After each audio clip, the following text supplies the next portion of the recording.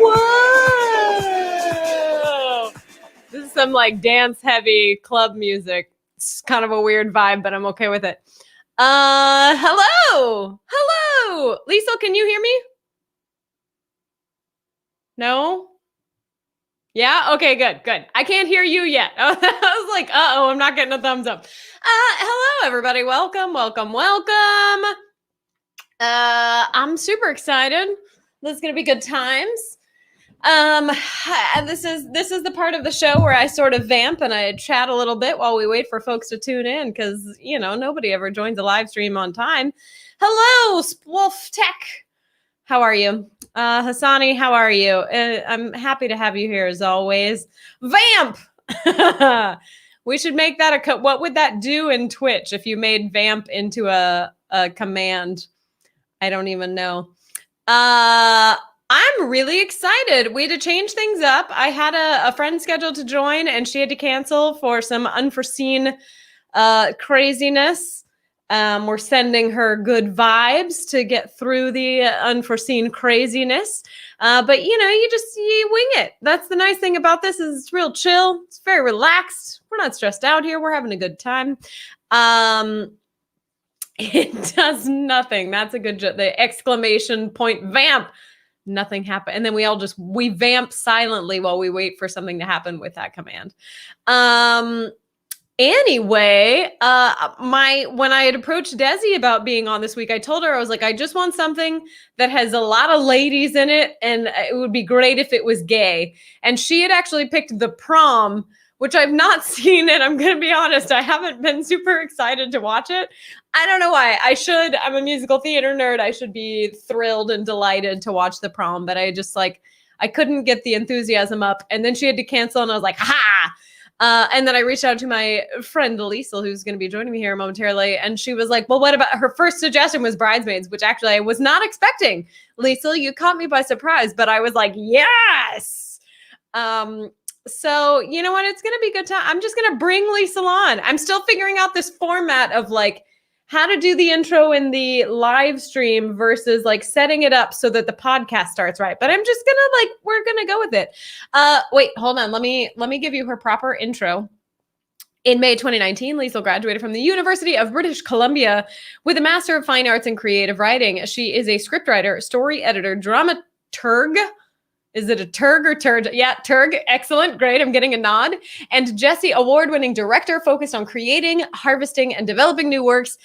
She read my short script recently and gave me just like incredible, amazing feedback. And then I didn't mean to, but I started pitching her the new television series that I want to work on. And she was like, oh, maybe this, maybe that. And I was like, yes. Oh, amazing. So anyway, please welcome my dear friend, Liesl Lafferty. Hello. Put your hands together. Put your hands together. Put your hands together. We're doing it. Thanks so much for having me on the show. What a fun little endeavor.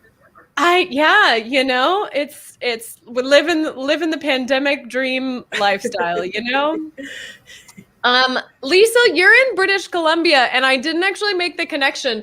There is somebody in British Columbia who she may very well be named Rebecca Marquardt, but her email address has to be something similar to mine because I started getting looped in on these email chains with all of her friends. And like the first one was like, hello, friends. We're renting this sailboat to go travel around this exotic location, and we have room for 2 more people. Does anybody want to join in? And I was like, I mean, yeah, I guess. Like, what? But it's like, over the course of years, I've gotten regular check-ins and emails where they think I'm this person, and I go back and forth between like correcting them and just being like, I don't have time right now. I'm sorry that you're sending me the wrong email again.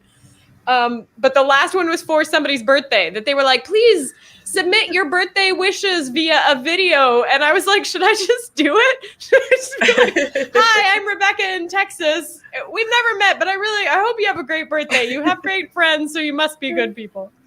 When I moved here, somebody, it was back in the day when there was still phone books. And somebody said, as a woman, if you got your address in there, maybe you don't put your first name. So I just had L. Lafferty. Well, sure enough, was I getting phone calls for Lance Lafferty. And I guess his girlfriend's name was Lisa. And so she would sign up. She was running up bills all around town. So I had like debt collectors phoning me and calling me liars and stuff. So I went to the other, and in where I grew up in Ontario, there was only one other Lafferty in the phone book, but here there was 2 or 3. So I phoned them up, and sure enough, I got that call the other guy. That's Lance's dad. And so I had to call Lance's dad, and sure enough, Lance hadn't talked to his dad in years. And I said, sorry, Dad, you got to call Lance and straighten this out for me and make it stop. Yeah. And then I need you to mend your relationship and also change the email address associated. Yeah. Oh, that's amazing. He did. Mistaken identity. Yes, Hassani says, I am confirmed an identity thief. Maybe that'll be the next movie we do, will be Identity Thief with Melissa McCarthy. We'll keep the Melissa McCarthy train rolling because I could watch her for weeks on end. Oh, man. Liesl, how are you? How was your day? Did you have a good drive? I'm great. We have a convertible and it's sunny out. So, my husband and I do okay, but my stepdaughter is also with us during the pandemic. So she's 23 years old. So she's a bit of a caged tiger. So any reason to go outside, she will do it, whatever it is. So we have fun. I had a realization buying groceries like a month ago that I was like, oh my gosh, I didn't realize how excited I get to go. And I wasn't even going in the grocery store. It was like a curbside. You just like pull in the parking spot and text them your parking spot. And then they just put it in your trunk and but I was like, oh my, I'm like a dog. And it's like, go for a car ride? Oh yeah, go for a car ride? I was like, I can't wait. Oh, it's obnoxious. Exactly. That feels like a bold choice to have a convertible in Canada. Is there a lot of Vancouver where it doesn't snow? So people don't know that, especially my American cousins. We have the same climate as Seattle. So very rarely does it get freezing. Very rarely does it snow, and it certainly doesn't last. So I only have a raincoat that I wear all winter long. Very rarely freezing. So it's a bit rainy. That's true. It rains a little bit more than some places, but we seem to be working it out just fine. It's one of my husband's dreams. Like our last car died, and this car, it's a Mustang convertible, so it looks really sexy, but it cost him $2,000. So you go anywhere you go, people are like, "Oh my God, look at your car!" And I go, "It's like a clunker. I can barely move." But we cruise around, and right now, so we got home, and then I live across the street from the beach, so they just went right back out. They took off several layers. They're out there in their shorts on the beach. That's wild. Yeah. It's actually cold and rainy in Texas right now. So, but I loved it because I got to wear my sweatshirt. I left my apartment today. My mom and I met up and had lunch together. We went to a drive-through and we ate in her car. We just like sat in her car and ate food in her car. And we were like staring at the highway like, this is weird. Whatever. But it was nice to get out and nice to wear a sweatshirt. It's already been like 90 plus degrees in the last couple of weeks. So, Yeah, actually, Texas may have had more snow than Vancouver this year. Yeah, we had quite a bit of snow this year. We didn't. We had 0. Yeah. Oh, yeah, we win by a lot then. Cool. All right. So we're gonna start the movie because this is the longest movie that we've done. And I didn't realize this movie was 2 hours long. Because usually comedies are like, an hour and a half, maybe even an hour and 20. There's a couple of there's a couple of sections where I think, okay, we didn't really need, so much of this C plot, actually. Like, turn this down. Well, and if you have thoughts like that along the way, you're welcome to be like, see, this I feel like could have been like, yeah.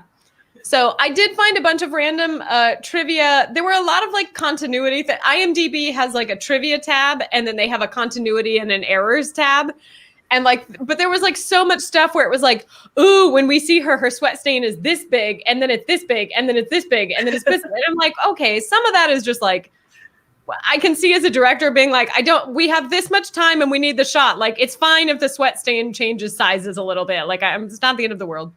What are you going to do? I'm fascinated by script supervision. That's something that I would like to learn more about and potentially try out.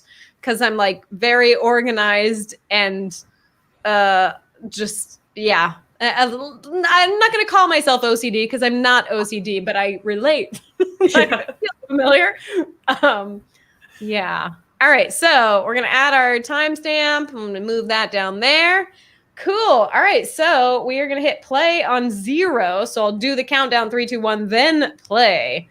I assume everybody watching at home has it pulled up. If not, you've got the timestamp here and you'll be able to catch up with us as needed. Wait, Hassani says, we need a 4-hour Bridesmaids Snyder Cut. Snyder Cut, that was a reference to the superhero thing that I didn't understand last week or the week before, right? I think so. Okay, we're going to hit play on 0. Here we go. 3, 2, 1, play. We're doing it. We're watching a movie. Things are happening. Now I got to get it up and running on my computer. Right here. Okay. Oh, man. Okay, do you remember seeing this the first time? Did you see this in theaters? Like, what was your like knee-jerk reaction? First scene is money. It's one of the best. But of course, you'll notice, speaking of continuity, it's one of the things, of course, we straights, once you have sex with a super hot guy, you immediately put your bra back on while you're in bed with them. So.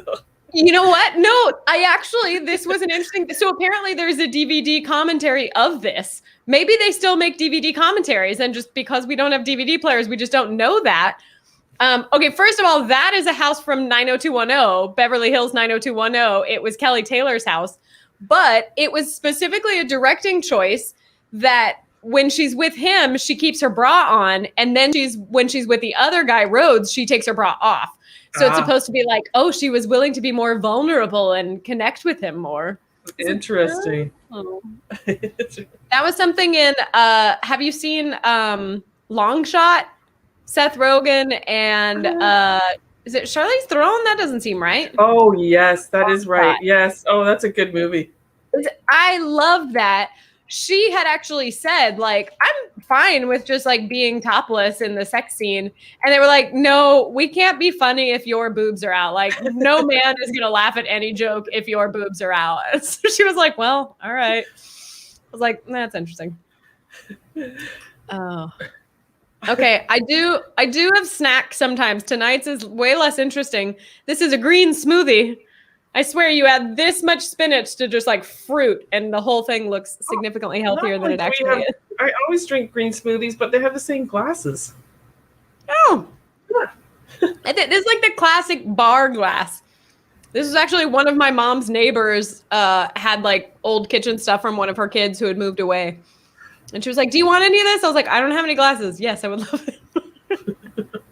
Why so healthy? I mean, there's still a ton. It's all like fruit and mango, and it's just sugar and also a little bit of spinach. Here comes a good line.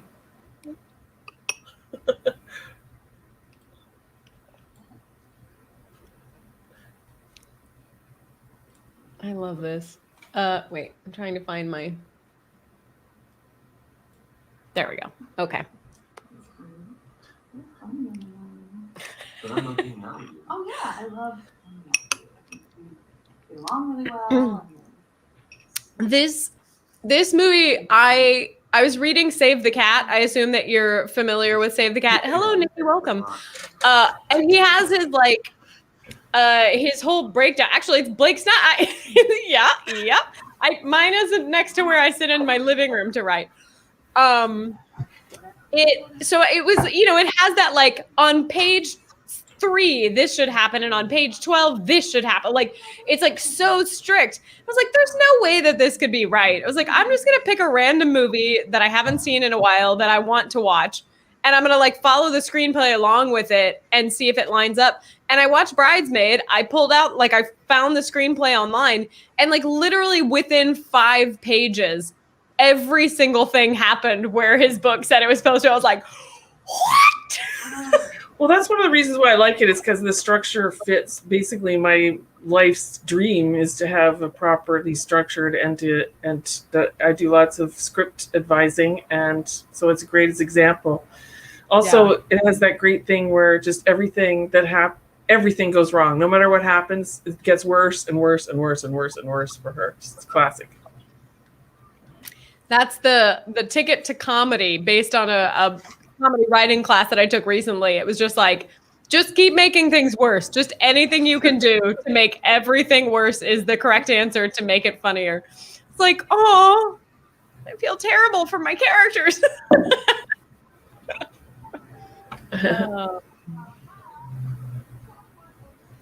Oh man. So tell me about the kind of things that you write.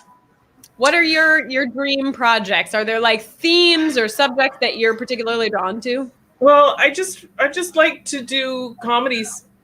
That's what I'm interested in at the moment. I challenged myself a few years ago to write a tragedy, and I successfully wrote a super horrible, really dark tragedy. And I thought, okay. And my writing group asked me after every session, they're like, how do you feel about yourself? Because it was so dark and twisted. And I was like, actually, I feel pretty good, because you all feel horrible, and that was the plan. So like fun. Mission I like to have fun. accomplished. They're fun to write, and it's fun to make people laugh. Nice. Sorry, my computer froze up again. Hassani, why does my computer keep freezing up? I had to take the timestamp off, but I'm about to bring it back on. I'm at 5:42. Yep, me too. But not on my... So I have to use my laptop for one. Oh, come on. I think my laptop just can't handle the streaming software and a computer at the same time. It's sad. Okay, here we go. It's the spinach in the teeth scene. Oh. This is the scene where Maya Rudolph's character literally tells Kristen Wiig the lesson she needs to learn in the course of the movie. Beautiful. That's one of the save the cat beats. It's like, here's your problem, and here's what you need to do to fix it. And then the lead character's like, no, I'm okay. Are you? What? Dude. Okay, there we go. Now we're back on track, I think. An adult sleepover. Did you let him sleep over in your mouth?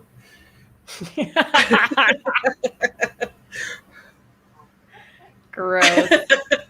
It's really, I don't know.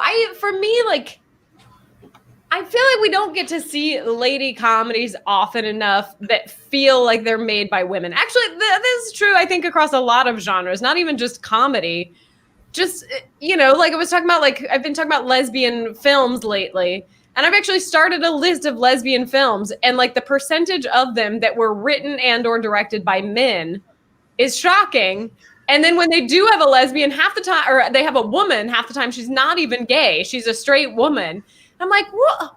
Why? Why do you feel like you have to tell a story that has nothing to do with who you are? Like, I'm not saying that you can't write outside of who you are, but it's like, I don't know. Okay, we're gonna play some. We're gonna do like some icebreaker, rapid fire questions here. And if something happens in the movie that you want to interrupt me and here's her spinach in the teeth thing. Yeah. I can't quite do it because my spinach is ground up in a tiny little bit. But... Well, my teeth I usually use the kale instead of the spinach, and my teeth have no trouble catching little green stuff. Yeah, you get the gap. I have a gap back here that always, it's like, if I eat anything at all, I will find it later right there. Oh, okay, wait. This was a fun little nugget in the like continuity or errors category that I enjoyed. Yeah. That she bakes a single cupcake. I think know. it's early in the movie. She bakes a single cupcake, and somebody put on the IMDb, they were like, no professional baker would bake one single cupcake without filling all the other tins with water. You have to fill them with water so it bakes evenly, and a professional baker would know that. And I was like, I had no idea. Well, also to me, it occurred to me like the whole recipe would take 1 egg. So you'd have to actually take the egg and then mix it up and take like a sixth or a 12th of an egg for one cupcake. You could do, because I do a lot of like vegan baking. So there are ways that you can kind of like, sometimes you don't even have to have egg. You can use like an egg substitute that would be easier to measure down. But yeah, just for me, the fact that she made one single cupcake, I was like, no, you make a dozen. You immediately eat 2. You put like 6 in the freezer and you eat the other 4 within like 1 day, maybe 2 days. It's like, it's fine. Just make them all. Why not? I have a stupid high tolerance for sugar. Oh, I love this guy. I didn't even make the connection. He's also in, so Kristen Wiig and Annie Mumolo were the 2 writers of this film. Annie Mumolo, we will see on the plane later going to Vegas. She's the nervous best friend. And Kristen's character is named Annie. I assume like that it was like, oh, we'll use your name and I'll play the role, something to that effect. But this guy right here is in Barb and Star, Go to Vista Del Mar. He has a delightful role playing very much the same character. I think he's one of those actors that's like, he's always very close to the same person, but he's hilarious every time. Isn't he in some of the Christopher Guest movies too? Maybe. I don't remember his name. Yeah, I think he's Best in Show. I think he might be in. Oh, I could see that. Bridesmaids cast. Let's see. What is his name? I'm going to find out. Okay, so you like comedies. I assume you like having like a female lead or female heavy. The company that I work for, Wedding Collective, is female protagonists. You basically can do whatever you want, but we encourage all of our writers to write female protagonists, and most of them do. They sort of come to us that way. So, and it's all women as well. Nice. His name is Michael Hitchcock, and he was in Best in Show, Waiting for Guffman, and A Mighty Wind. There you go. Plus, maybe more. Yeah, so regular participant. I would love to, I'm sort of torn in like very many directions as far as the kind of things that I want to create, because like I'm writing scripts right now that I would intend to shoot exactly as they are written. But I also love the idea of doing like a Christopher Guest style thing where, oh, that's the disgusting infected tattoo. But something where it's like just like very clearly plotted out beats and working with improvisers to either just improvise on the fly or doing like the improvise in rehearsals and develop a script through re-improvisation. Like I kind of want to do it all, but it feels like they're so different because the kind of things that I write and will want to shoot from the script would be so unlike the stuff that I would create that would be improvised. Like the improvised stuff would just be like, what's the funniest thing that we can do? Like, I just want to make the funniest movie that I can possibly make.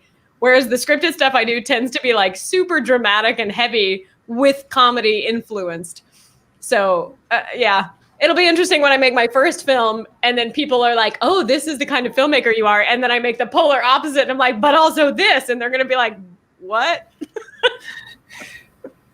This is one of those like C or D or F plots. That I think once you hire that hilarious guy and Rebel Wilson, you're like, oh, we got to keep those guys on screen for a little bit longer. You know, I think it's one of the things that adds to the extra time of the film. Yeah, I don't know that their storyline really like does much for the like.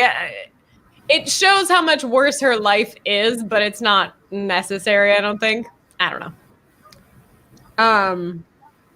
Oh, I was gonna do questions. Some fun little rapid fire questions. I always ask this one because I love food. What's your favorite movie theater snack? It can be a combination of things if you want. Yeah, I think I'm a Glossette raisin girl, or I sneak in my own chocolate covered raisins. I mean, chocolate covered almonds, the way I like them. What is a glossette raisin? Is that a chocolate covered raisin? Yeah. Okay. Yeah. Okay. Glossette's just the brand. Yeah. But my husband, who we're about to have our 20th anniversary, he's Aw, much more. Thanks. He used to have. I grew up on a farm, so going to the movies on the premiere weekend was not a thing. We just sometimes would go to the theater, very rare. But he and his family grew up going Friday night, the movie comes out, you go to the movie that night. So it really changed my movie watching, as well as I eat way more popcorn now than I used to, which is great at the movies. So, and he likes to put his stuff, he gets M&M's almonds and he puts it right in the popcorn and just eats the whole thing. So nice. I like movie theater popcorn cannot be replicated. Like even like Trader Joe's has movie theater popcorn. It's good. It's not the same. You get like the super buttery movie theater popcorn that you make yourself at home. It's good. It's not the same. So I feel like every time I go to the movies, even if I was just at the movies the day before, I pretty much always get popcorn. I love the kids' meal snacks, but I don't like that it's always like, that's such a great picture. I love the idea of like in retirement being like, I'm going to take up the hobby of painting caricatures. Like what a great choice for that. I know. And what a great actress, like a nod to Jill Clayburgh. So cool. Yeah. This was her last film. Oh. She passed away before it premiered. Aw. Which is crazy. I don't know what she died of. She doesn't seem old enough to. No. I gotta look. Yeah.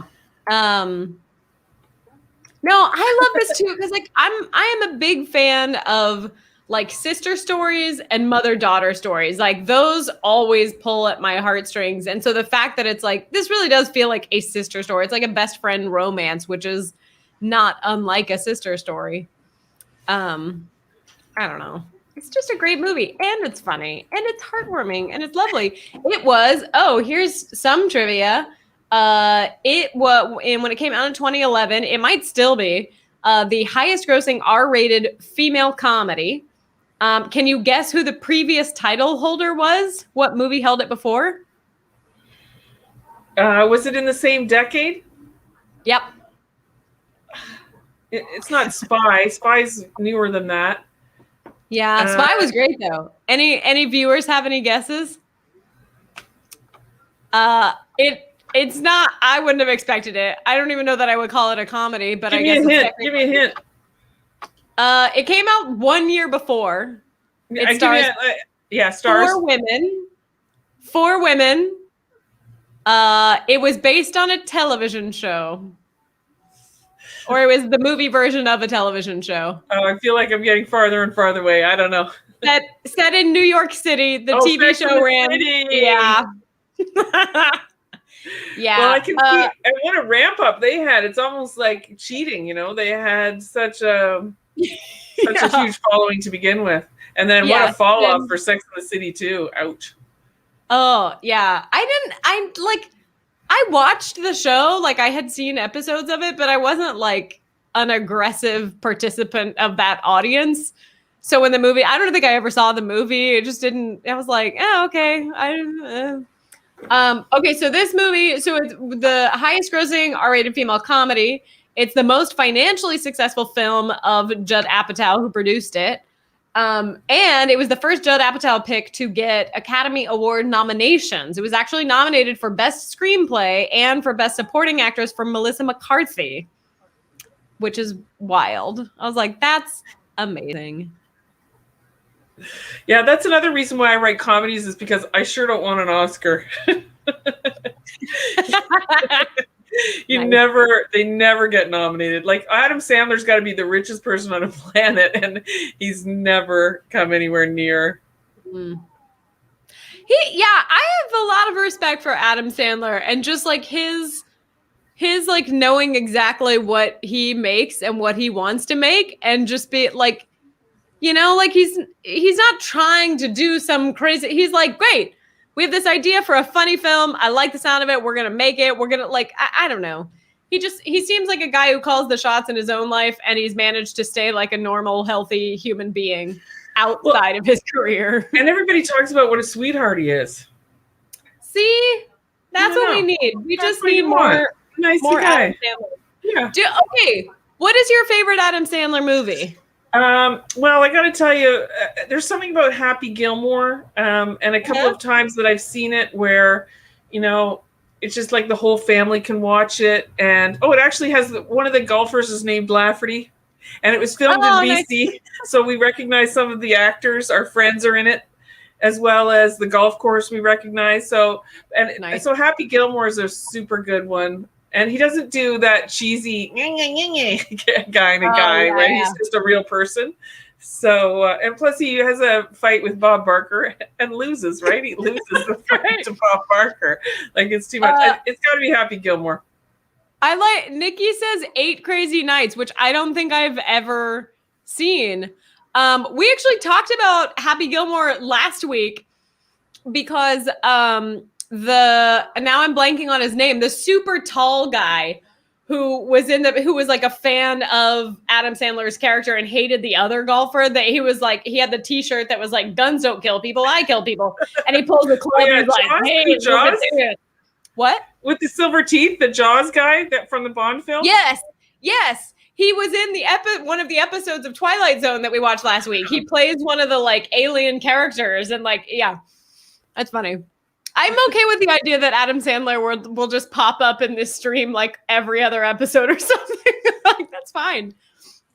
Yeah, I think Happy Gilmore and Billy Madison both were like fundamental in my childhood. Like that was just part of it. And my sister would blast like his music all the time. Like we would drive around in her piece of crap 1984 Chevy Celebrity blasting piece of shit car. And I don't know. Yeah, it was delightful. And now we meet Rose Byrne. And speaking of Rose Byrne, oh my goodness, and Spy, like that's one of my favorite comedic performances. She's very good in this as well. Yeah. But her in Spy, we quote that all the time around the house. Her lines from Spy. You know, if anybody says something, one of her lines is, you're something about being funny. Oh, it must be the Bulgarian clown in you. That's something about the hideous dress. Oh, that's just such a joke. It's hideous, that dress. You know? Yeah. I love her. Movie, I didn't see that right when it came out. And my dad actually was the one that like took my parents split up when I was like 5. And so every weekend, my sister and I would go stay with my dad. He would pick us up.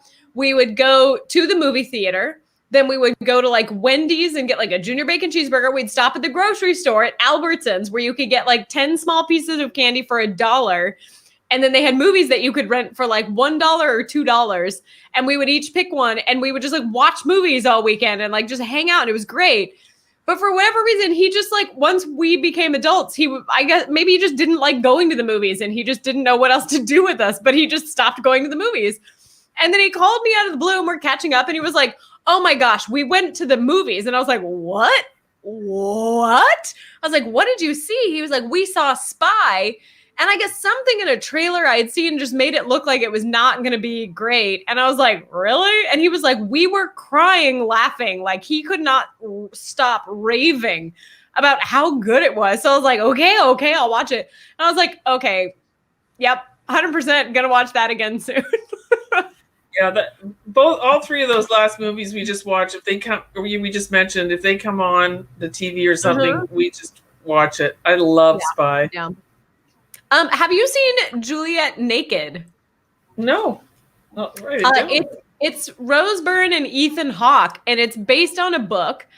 But it is just like I loved it, and I was so smitten with it, and just thought so highly of it.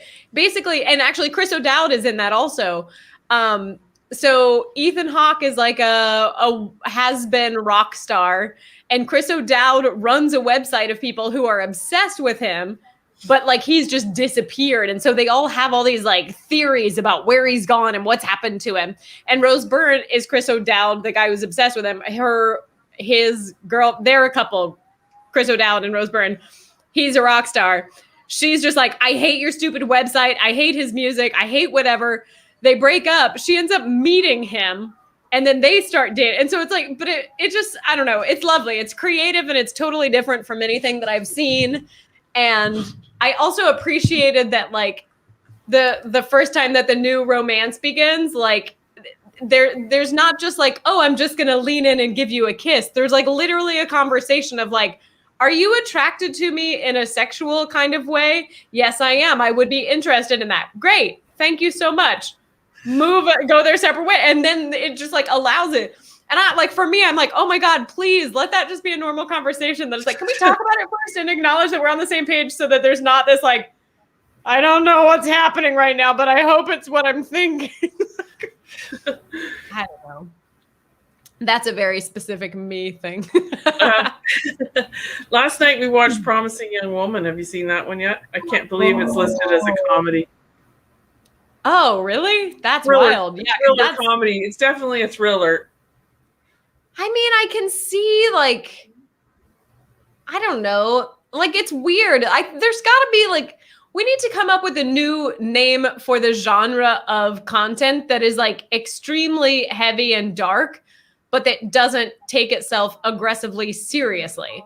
Like, that film is very serious, but it's not, I don't know. There's something about it that makes it slightly less dramatic than it could be, but I can't articulate what that is. It's kind of like Dead to Me. Like, we were talking about shows that have grief as a theme the other day, and I don't know. Yeah.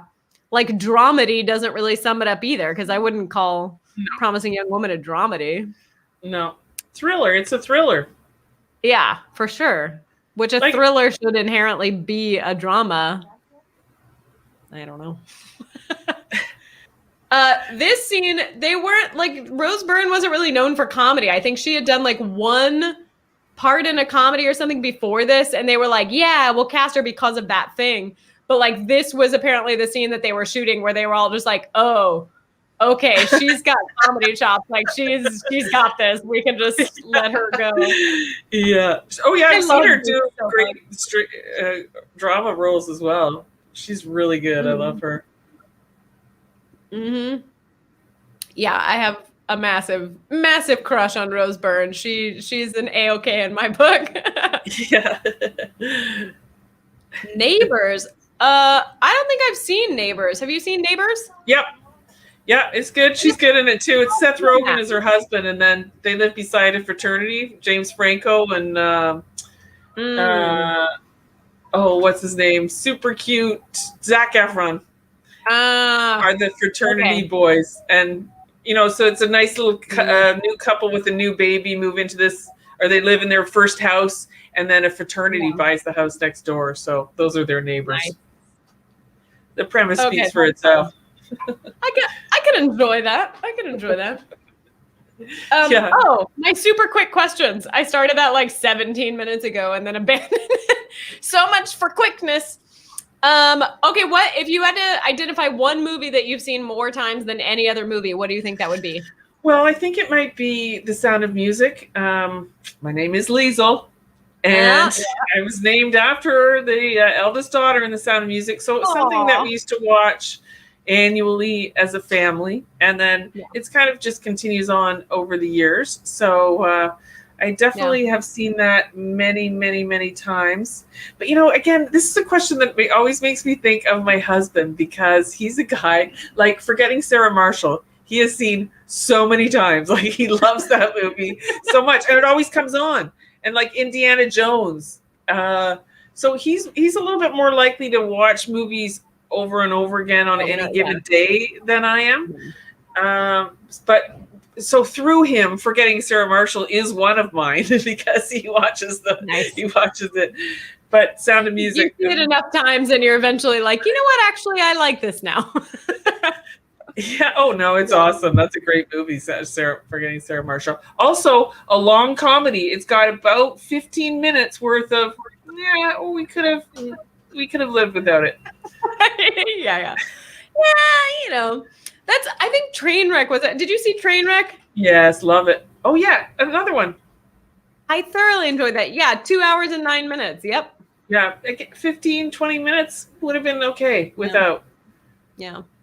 I think the way to do it would be to like have somebody watch it and then like a month later have them like tell the story back to you, remembering as much as they can, and whatever they don't remember, just cut it out. Because I like honestly, when I was reading the trivia, I read that Rebel Wilson and her roommate in this movie were actual real life roommates when they were making this film. And I was like, Rebel Wilson is in Bridesmaids? Like I completely forgot she was doing it. I was like, oh yeah, the roommates. Yeah. Why did we see the roommates? Trainwreck again, which is just a brilliant movie. When she comes on and surprises him near the end, and she's a cheerleader, and they do like 5 songs. It's like we get it after the first one. So there's like 7 minutes I could just trim right off. So cute, really, really perfect for the movie. Great plot point, but too many songs. Yeah.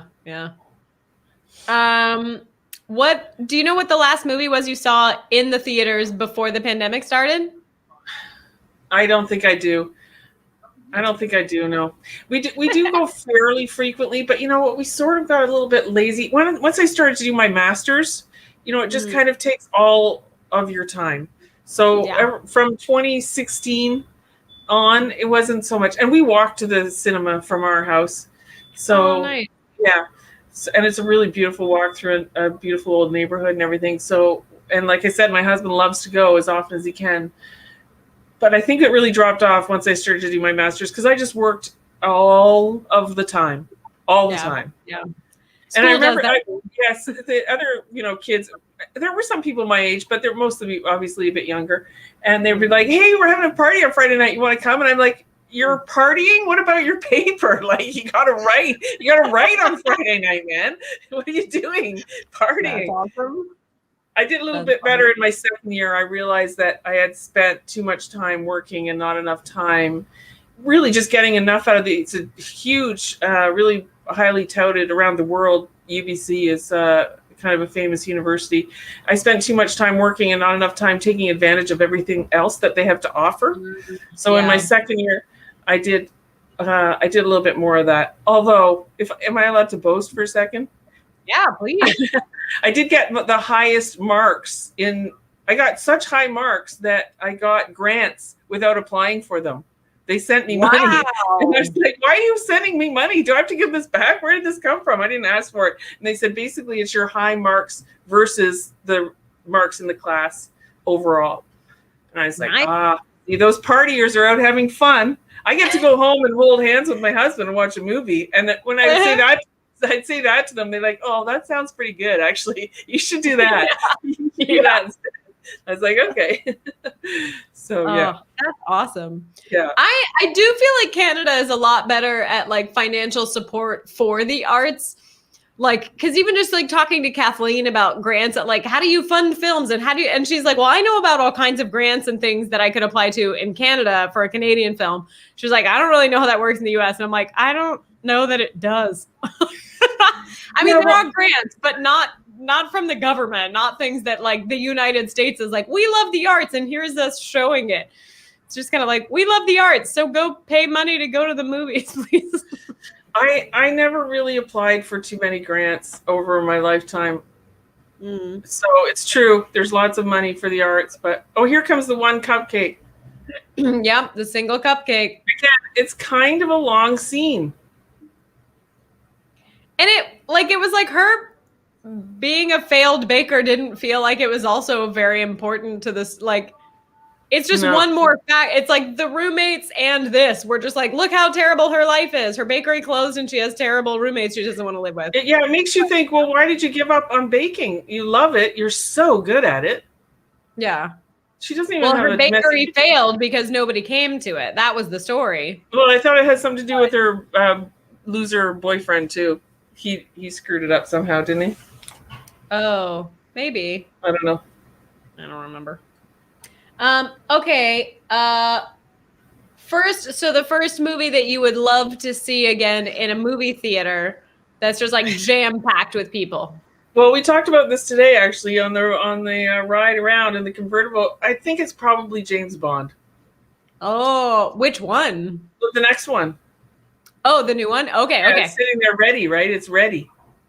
Probably. I imagine once movie theaters are like fully open, there's just going to be an explosion of movies where they're like, "Hey, here's that thing we made that we bragged about," and then we just stop talking. But like, there's a new Ghostbusters, and they were promoting the crap out of it, and then it just disappeared. And I'm like, I know it's still there, but it'll be interesting if there's anything in those stories that like hits different post pandemic, like if they'll have to go back and like edit or reshoot anything, and if they do. Because it's a bunch of kids, like they're gonna look so different 2 years later. Okay, here we're back on not time out. This is a hilarious moment with the stepchildren, but that Kristen Stewart Christmas movie, 2019. Is that what it's called? Oh, no, that was 2020. Happiest season? Yeah. 2019, 2020, right? I think it's actually dated 2019, but it came out in 2020. That felt like after the pandemic and Black Lives Matter, to me, that movie felt like it was 2010 or 2015, 2005. It was so old feeling. It's like, guys, we're way past this now. Why are we talking about this? Although I suppose there's we're a little bit different than a large part of the population is sort of behind us some people do need to see that movie, I guess. I will say, like, lesbian Twitter got so angry about that movie, like, for so many reasons. And I think personally, one of the biggest problems with it is that we don't see them happy. We don't see a meet cute. We don't see the relationship that makes us want to fight for them. We cut to the part of the rom-com where it's like they're already in love and now we're 2/3 of the way through the movie. And then the big conflict happens where they have to decide if they can stay together or not. But that's all we see. Like, I literally timed it. Like, they spend like 19 minutes on screen together and only like 30 seconds to a minute of it is them happy and not just like arguing about whatever or like butting heads about something. And then Kristen Stewart spends like 12 minutes on screen with Aubrey Plaza. And the whole time they are like bonding intimately over a shared struggle. So all the lesbians on the internet were like, this is terrible. That relationship is toxic and she should have ended up with her. And this is all garbage and blah, blah, blah, blah. I kind of wish that, I wish Kristen Stewart and what's her name? The other lead. Oh, I don't know. I don't know. She's good though. I love her. What is it called? Happiest Season. Here we go. I got to find her name so I say it right. Mackenzie Davis. There it is. Yeah. I knew it. It was like stuck in my brain. I kind of wish that they had swapped them casting wise. Because to me, it's like Mackenzie Davis is straight and she was playing a gay character who was pretending to be straight. And so I think for lesbians especially, it just read, oh, that character is straight. Like, she's just straight. Whereas like Kristen Stewart she just kind of oozes this like sexuality. So it's easy to believe her as queer. Plus she is queer. So I think it'd be more interesting to see her trying to pretend to be straight. And then Mackenzie Davis could have been free to like play gay a little bit more, to like be able to show her affection. So she'd be more believably invested in that partner. But I don't know. But I love Clea Duvall. Clea Duvall wrote it with Mary Holland, I believe is her name, who is in the movie. She plays the other sister, the long-haired sister who kind of gets left out of everything. She was a co-writer on that film. But we saw Mackenzie Davis in the other day. The film here in Canada, it's called The F Word. Do you know that one? It's got Daniel Radcliffe in it, and is it Chloe Kazan? Oh, I forget. It's a Kazan girl. Mackenzie Davis, Chloe. Daniel Radcliffe is in it. I know it's called different things in different countries, but anyway, it's a very good movie. And it's not written by a Canadian, but it's the story by a Canadian. It's based on a Canadian play that this guy had written. And it's got Adam Driver and Daniel Radcliffe in it. So not only is it a good movie, but it's filmed in Toronto and it's unabashedly Toronto. You see the CN Tower and everything. And there's scenes in it that have Adam Driver and Daniel Radcliffe. So we're just so proud of our little Canadian playwright who has scenes with Aw. Kylo Ren and Harry Potter in it. Nice. You awesome. rock, yeah. It's called What If in the What US. if? There you go. What if? Yeah. What's the score on that one? That's a good movie. I recommend. The score? Yeah. Oh, like Rotten Tomatoes is 74%. That's not great, but it's better than that. I've seen there was a Rotten Tomato. I don't remember what it was, but it had like a 28% or a 30 something. Like it was terrible rating on Rotten Tomatoes, and I loved it. I thought it was great. Yeah, we always look at the tomatoes and then what the people thought. So my husband goes through the movies and then I look it up and I go 74, 92. Okay, we're watching it because what the people say is 92. We're in. Nice. Nikki, are you saying Bad Boy? That's the one that you would want to see in a movie theater? I could see that. I don't know that I've seen Bad Boys, like any of the series. I'm not sure that I've watched any of them. That's not particularly my genre necessarily. Sometimes. If you haven't seen the others, well, I don't know if you'd be like, you need to watch all of Bad Boys. Yeah, we tried. We tried to go back to the beginning with Bad Boys, and I'm gonna say just go with the one in the movie theater. Go for the current one. Just whatever is out right now is the one to see.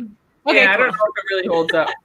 Actually, I heard one of the podcasts I listened to about films, the guy doesn't care about Bad Boys. It's Bad Boys 2 that's the best one. So maybe that's worthy. And then this is, is Bad Boys for Life the third one? I think it might be. I don't know. Let's see. For Life. I mean, I want to just see what all of the movies in this. We're going to look up Bad Boys series. The franchise. Excuse me. Franchise. We missed it when the stepchildren tell Rose Byrne to shut up. Oh, no. Fuck off. They tell her to fuck off. Ooh, okay. They're at. Is this the. Yeah, this is the lunch. This is the lunch before the classic dress fitting, which apparently Kristen and Annie preferred more like subtle kind of humor. And so Judd Apatow and I just blanked on the director's name. Oh. Really? I literally follow him on Instagram. I don't know. I'm lost too. Paul Feig. Oh, yeah, Paul Feig, right.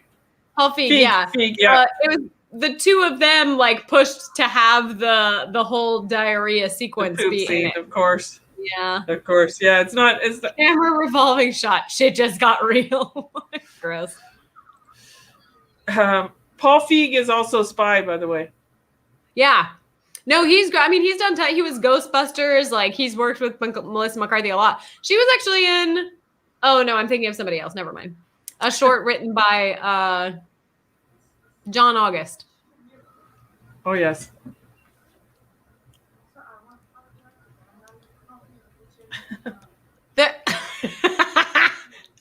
Melissa McCarthy said that she based her characterization and mannerisms of her character on Guy Fieri. That's so good.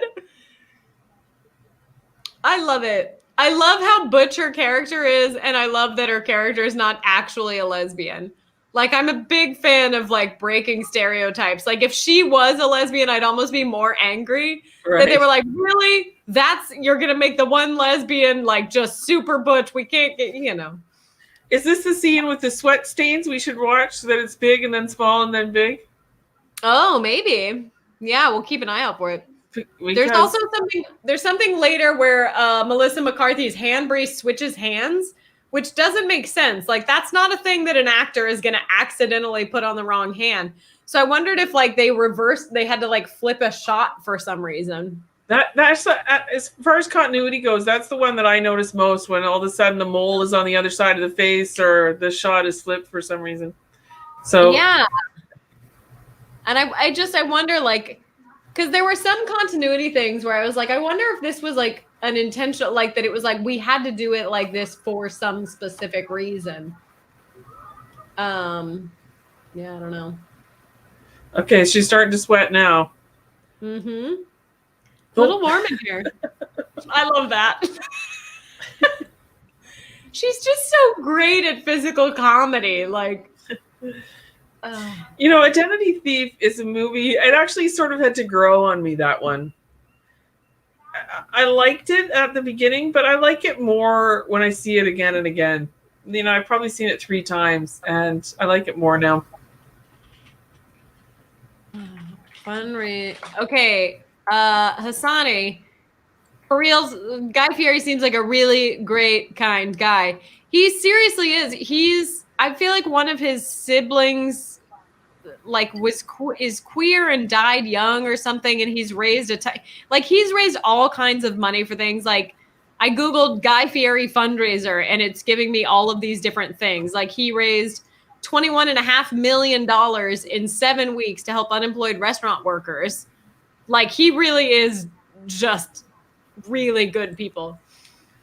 Gotta give credit where credit is due, pat people on the back when they do good. Hopefully they keep doing it.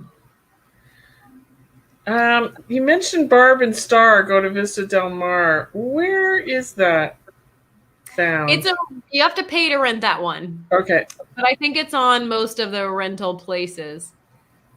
Oh, he made food for the firefighters fighting in California too. See, that one's 79 and 61. But Rebecca says 79. It's good, so we'll watch it. 79 on Rotten Tomatoes. So this is what I say. I look it up. I say to my husband, 79, 61. So 61% of the people liked it. So it's rare when the people like it less than. Oh, yeah. Okay, so Barb and Star, I will say, like, it is a very specific kind of comedy. It's not like Bridesmaids, where I think it's as widely accessible. Like, I watched Barb and Star with my mom, and as I was watching it, I was like, I don't know that she's really enjoying this. I think she's just watching it because she wants to understand why I like it so much. Because there's so much just like bizarre, crazy, funny, silly stuff that I think a lot of people just wouldn't be up for necessarily. But I think it is just pure joy. I love how much I can see how much Kristen and Annie love each other. Oh, that's good. Like, the entire movie, it's just like they are actual best friends, and they actually just freaking love hanging out together, and they are having the best time making this movie. Yeah, that makes me happy. Even if the movie's not good, if I can feel that joy coming through, like, I can go for a ride. I'm like, yeah, let's do this. I will stick this out. Agreed. Yes, that overrides the what the critics say often. Oh. Bad things are happening. So the vomit was apparently oatmeal plus food coloring. Nikki is our baby in the audience. She went to see this in junior high. For me, I was like, this movie came out 10 years ago next month. And I was like, 10 years? How is that possible? Yeah, I looked that up right before we started at 2011. Amazing. Yeah. Jordan almonds. Oh, delicious. I love how terrible she looks. Yeah. That like refusal to put like, no, you have to take the almond. I don't want it. I don't. Oh. So good.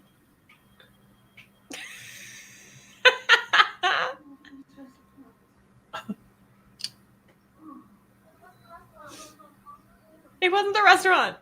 The desperate attempt to. Uh-oh. I love this. Yeah, I think this part is better than the bathroom diarrhea grossness, for sure. It's just like, I give in. Oh, God. Shitting on the street. It's a great line.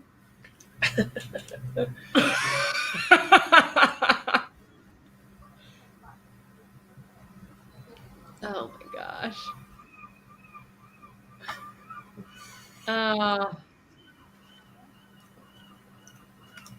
I want this kind of friendship with someone, someone that you go through hell and high, not necessarily the pooping all over the place. Yes, the hand wave to the cars, classic. Like, look, I'm going to be here for a minute, so just get over it. Oh. Oh, can you hear in the background? It's 7:00 in Vancouver. You know the pot banging for the. Ah, they're still doing it? It started in our neighborhood, and then went around the world. Yeah, so they can actually, because the people at the hospital can actually hear, and it goes every night at 7:00. People stand out there and hoot and holler this whole time for more than a year. Wow. I was working at Trader Joe's when the pandemic started in New York City. And I was like, I happened to be on my dinner break one night at 7:00 or whatever the time was in New York. And I was outside and all of a sudden people said, and I was like, what is and I like vaguely heard about it, but not, and I was like, and I'm wearing my Trader Joe's shirt. And I was like, what's everybody clapping for? And the person next to me just goes, you. And I was like, what? And I just I started crying, and I was like, yeah. And it was like such a perfect New York moment, because I'm standing there and I'm like having this emotional moment, and this like woman is just like sitting on the sidewalk behind me, and she's like, everybody shut the up. I can't handle all this noise. God, fuck. It's just like, that's the most New York thing ever, that it really is this wonderful, loving, supportive place. But then you also have like random people who are just like,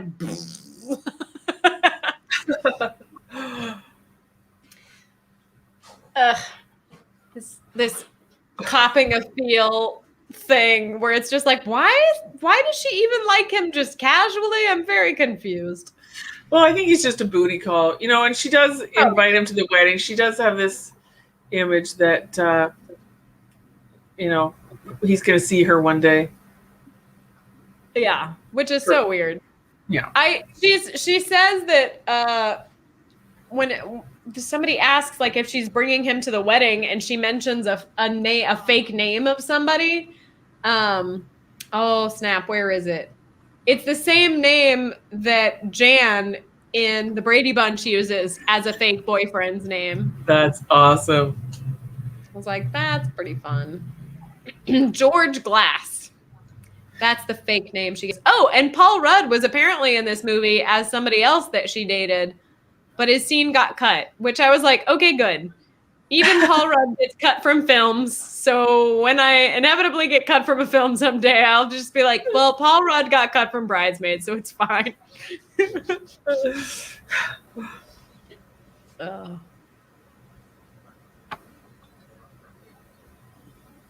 Yeah, Chris O'Dowd's pretty cute in this movie. A couple of scenes, too, with him are so hard to take. A little later on, like... Hard to take, meaning what? Like, sad that... I don't like it when he tries to force her to bake. I mean, I understand it cinematically, why the scene's there. Yeah. But it always bugs me. Yeah. It's coming up in a few minutes. Yeah. It's probably right at the midway. Yeah, probably. Right on the 60-minute mark. That's one of the continuity things or error things, was that his license plates are just regular Wisconsin plates, but a police officer would have special plates in Wisconsin. Interesting. And at one point he's seen drinking alcohol in his uniform, which would also have serious consequences. Well, and at the end he's in plain clothes, and he says he's got to work. And he's like, I'm off to work. You know what? I went for a ride along with 2 New York City cops 25 years ago, and they stopped for lunch and had beers. In uniform? Well, it must not be the rule in New York then. They weren't in uniform, but we were in a cop car. Yeah. And they had more booze in their system than I did. maybe it's just well, I mean, yeah, that's not promising. Police are not really on the friendly list right now. Police are he's adorable as a police officer in this film, and I think if all cops were Chris O'Dowd, we'd be in a much better state right now. Can he just replace the entire police force? That might be fine. Yeah. It's wild. Okay, let's see. What other fun little tidbits? Well, you have another question? Oh, yeah, I got plenty of questions. All right, hit me. Okay. Oh, the first movie in any format that you remember oh, wait, hang on. This is funny. So this radar thing, first he says pointed at the license plate, but that's not actually real. You don't have, it just picks up whatever is moving. It doesn't matter if it's reflective or not. But this specific brand of radar that she's using is not battery operated. It would have to be plugged in with a cable in order to operate. So it's just completely like a fake dead prop, which I laughed out loud because I did a national tour of Odd Squad where I played like an employee of the theater. So I had a headset, and initially it had a cable that like the costume person was like, oh, we'll just tuck it into your pants and we'll pretend that the receiver is in your pants. But I had a quick change thing and I had to be able to like rip it off and put it back on quickly. And so I was like, why don't we just cut it off and pretend it's a wireless headset? And she was like, oh yeah. So it's like, if you really looked close at my headset, you would just see like the cut end of a wire right underneath the headset. That's a case where it's like, look, this is the radar we were able to get. We can't have her inside of the car. So we're just going to cut it and pretend like it works and nobody's going to care. Okay, so first movie that you remember buying. Well, I remember my dad was a member of like, he signed up for some film on a public television station so that he could get a bunch of World War II videos. And I came home one day and he's like, I got you a present. And I was like, it was kind of rare. I was the youngest of 5. So, I barely crossed my dad's radar, speaking of radar detection. Yeah. And he goes, I got you a present. And I was like, oh yeah, what is it? He goes, it came with my other videos. I ordered it for you. And I was like, wow, he even thought about it in advance. And it was a David Bowie movie. So I was very moved by that my dad had thought me, and it was just the series Moonlight. What was the movie? It was one of the tour movies. It was a video of it. But I do have a guilty pleasure movie that I love that people pick on me for loving. So I can't really remember, but it was definitely early on, and I did own this movie for a long time, and that is Independence Day. Oh, that's a good movie. I remember enjoying it. I haven't watched it since probably I saw it in the theater, but like it has occurred to me to want to watch it since then. That's one of the ones I've seen lots of times. And the thing that is so magical about it for me is they have 6 characters that are 3 couples, and they have a climax that supports all of the subplots, which is magic. I mean, that's hard to do. And so you follow all these plots throughout, and then the climax comes and they get everybody in the same room, impacted deeply from the thing. So Independence Day, I'd have to guess. Nice. That's awesome. Plus, okay, we're getting on the plane. We're getting on the plane. This was another continuity thing. The type of plane that takes off is different from the type of plane that lands. The one that takes off has 2 engines. The one that lands has 3 engines. And we're going to see Annie Mumolo here in just a second, sitting next to Kristen Wiig. The stranger. And also a couple of gay moments in this film. The flight attendant, who she calls Stove, seems like he might be gay. And also the two of the bridesmaids make out in this scene. Oh, yeah. That's definitely a gay moment. That qualifies. Yeah. So maybe Becca Ellie Kemper is actually gay secretly, because her character is the one who's just like, this is the only man I've ever, just like the most naive thing ever. That we only have sex in the dark, and he has to shower first, and he has to take off all his clothes. Like she's married to a gay man, and she makes out with a woman in this movie. So yes, the argument could be made. Yep. Charlie Ann Swan joined us on YouTube and said, what is this? Well, Charlie Ann Swan, we are watching Bridesmaids. The timestamp is right here. So if you want to join us and watch it with us, and we're talking about the movie and film and all kinds of things, it's good times. That's Annie Mumolo right there, the co-writer. It seems like she may have done more of the writing just because they wrote this while Kristen Wiig was on SNL. And then she would fly back to LA on the weekends while like Annie would be working during the day writing on the script, and then Kristen would go fly back every weekend, like every break that she had from SNL, and they would work on the script some more, and then she'd go back again. Is there any continuity comment about the booze drugs combo that she takes right now? Ooh, the pills were supposed to be Xanax. Oh my goodness. I have a funny airplane drug story. I was flying, and sometimes you take a red eye from Vancouver to Toronto. So imagine you're going from LA to New York. It's the same time. And I used to take red eyes when I was younger and poor. And I got on the plane one time, and my mom had Ativan, I think it was called. My mom had been to Australia, and the doctor had given her a little sample packet of Ativan so she could sleep on the plane, and she didn't use it. So she gave me these sample packets. So I had like maybe 4 Ativan in my whole life. And next time you take a red eye, take one of these pills. And I said, oh, great. So I get on the plane the next time, take the red eye, and I forget the pills. And there's a woman there's a woman beside me, and she starts to take pills. Oh, this is a red eye. I'm going to take my Ativan, she says. And I said, oh, I forgot. I was supposed to take Ativan. Well, the pills that she gives me, I take 2 strangers' drugs, 2 giant pills of Ativan. The next thing I know, empty plane. There's a woman, the flight attendant's going, excuse me, miss. You got to go now. Everybody's gone. Please get off of the plane. Please go. That's amazing. I went home, just, the tag of the story is I went home. I slept for 10 hours that day.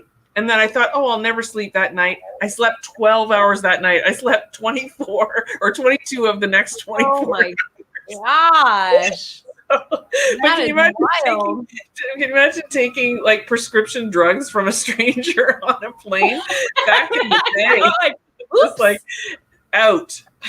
That's really funny. I had I think I had an anxiety attack or a panic attack when I was in college. And I went to like the health center, and they were like, well, here's some medication. It's like a muscle relaxer. You can take it if you feel like you're starting to panic. But I was like, but the thing is, I didn't feel panicked. Like, I didn't feel stressed in the moment. It was just my body suddenly freaked out just over like building stress. But so I had these, and then I went on a road trip. I was living in Louisiana. I was going to LSU in Baton Rouge, and my friends were driving up to Chicago for the Midwest Band Clinic. And we drove overnight because, you're in college and you're broke and you can't afford a hotel. So you just book it all the way there. And I was like sitting in the back seat, and I have one spot in my back that has just like always hurt when I sit upright in a car seat for more than like 3 hours. And I was in agony in the back, and I was just like, I can't, I don't even know how to just keep sitting. And I was like, hey, do you guys mind if I take this muscle relaxer? I don't know what is going to happen to me. I don't know that I'll be able to drive. Is that okay if I can't drive if I take this? And they were like, it's fine. And I like bit it in half. I broke it in half. I ate half of it, and I slept the entire drive. Like, I did not wait. I was out cold. It was just like, what? And the guy who gave me the medicine from the health clinic was like, just take 1 pill if you start to feel nervous and it'll calm you down. I was like, calm me down? Like a horse sedative. I know. I should have known better. I'm a weakling. Like, I probably would have been okay if I had taken half of one, but two giant ones. I don't know what I was thinking. Oh, thanks. Gulp.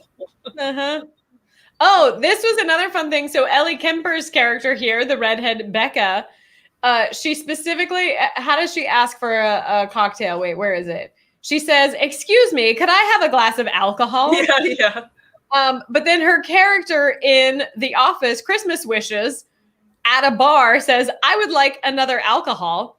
Just like very similar. So I don't know if that's something she improvised in both places or it just happened to happen. Just happened to happen. Rebecca, we need you at a 4. You're currently at a 79. Take this pill. Oh, man. I was very calm when I was passed out. You're correct. Here comes Kristen's on her way to a 79. There she is. Yeah. I also so the man, I'm sure you know this, but the man sitting next to Melissa McCarthy is her real life husband. Yep. Makes appearances in most of her films. Was he in Spy? Yep. very remember. briefly, she's making a getaway on a moped, and he comes up and asks her where a pizza is, or the Pizza Hut or something. Yeah. He always has like one fun little appearance, it seems like. Well, you get a little paycheck. Give him a line, and he gets to get the extra paycheck. That's no kidding. cynical side. So we're at the midway point. So I'm just wondering, plot-wise, if we're thinking about it. I guess really, it's not a romantic. It is between the two friends, and right now, Kristen Wiig is behaving in the way that's going to end. She's not the maid of honor because of this scene. Yeah. And here she's about to call him Stove. Because that's I think in Save the Cat, I might be wrong on this, but I think in Save the Cat, the halfway point is either like a false high or a false low. And then later it's like it switches to the opposite. Like it does this or it does this. So yeah, so this is her like, yeah, he's like, if you flip to halfway through the screenplay and nothing important happens there, I'm not interested in your screenplay. He was like, literally, that's the first thing that he looks at when he looks at his script. I was like, whoa. I love this. Yeah, you can probably, most of the time, right at the half-hour mark is the inciting incident. Like 99% of the time, something will be happening, and I'll press to see the counter, and it's right at between 27 and 33. Yeah. And then this is the moment where she's ending her best friendship. Yeah. What? I don't know who you're talking about.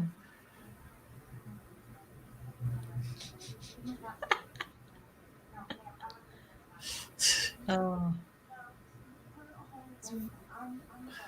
I'm watching you. Like the flight attendant's like, what? Why are you giving me this? Okay, and then I can't remember his name. Melissa McCarthy's husband. Steve Stove. Oh, nailed it. He's about to have his big moment. Ben? Is it Ben? Yeah, Ben Falcone. Yeah. I was like, I know that I have known his name, but it is not coming right now.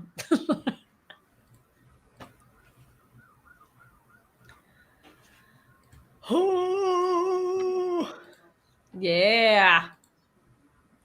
And I wish I could put my leg that high up beside my face. Yeah. Here she goes. Just like so aggressive, and I love it. She is so funny. She apparently took an improv class with Billie Eilish's mom. Oh, yeah? Yeah. Oh, right. I think I heard that. She was on the Ellen show, and then Billie Eilish popped out of the coffee table. Oh, no. I would also like for Kristen Wiig to call me Stove. I have I'm going to brag now, a little boasting moment. Get me. So you might not actually know this about me, Liesl. My a cappella music covers that I've posted online, they've gone viral a few times. Yes. And Leslie Jones became a fan of mine. Fantastic. And this was like right around the time I think that Ghostbusters was out. So they were doing all their press stuff. And like she like followed me on Twitter, and I sent her a message, and I was like, I just think you're so great. If you ever need like a nerdy, funny person to do a cappella rap covers at a party, you know where to find me. And she was like, oh my God, I love this. And we were like messaging back and forth and and I was like, this is the coolest thing ever. And then it sort of like tapered off, and it ended. And the whole next day I was just like riding that high that I was like, oh my God, this is so surreal. And then I wake up and I'm like on the train going into Manhattan. So I like came out from underground in Brooklyn to go over a bridge. And then I'm about to go back under in Manhattan. And I happen to open my phone, and I open Twitter, and it's like 8:00 in the morning. And I have a message from Leslie Jones. And she said, I showed your videos to Kristen Wiig. Now she's obsessed too. And I was just like, what? And then we went back underground, and the whole like night I was just like, ah! And I'm like in a packed train, like standing crammed up against the door, and I'm like, none of you know what cool thing just happened to me. Like I'm high as a kite right now, and nobody has a clue. It's amazing. Oh, Oh, that is awesome. tackle. I don't see the third engine. There's 2 engines on that plane. Is it an engine at the back though? Is there a don't back know. engine? I mean, where would a third engine even be on a plane? I don't know. Engine plane. I missed the two making out. That is super cool. I'd love it if Kristen Wiig saw some of my videos. That's awesome. I mean, Leslie I Jones feel is like good too, but Kristen Wiig is. yeah. I feel like Leslie Jones probably boosted up what Kristen Wiig was probably like, oh, that's cool. It was like, and I'm done with it. I've moved on now. But you know what? If Leslie Jones wants to tell me that Kristen Wiig is completely in love with me, I will let her tell me that.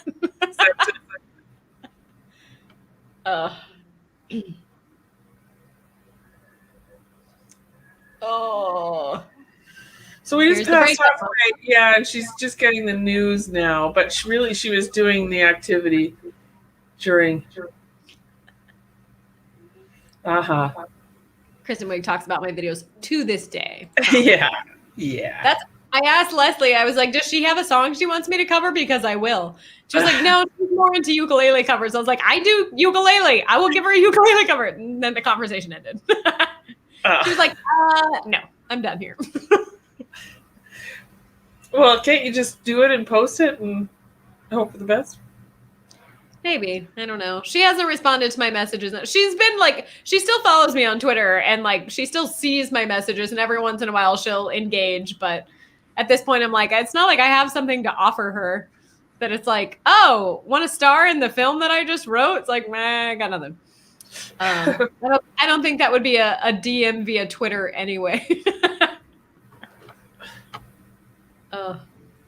And that's theoretically a bus ride from Wyoming all the way back to Chicago.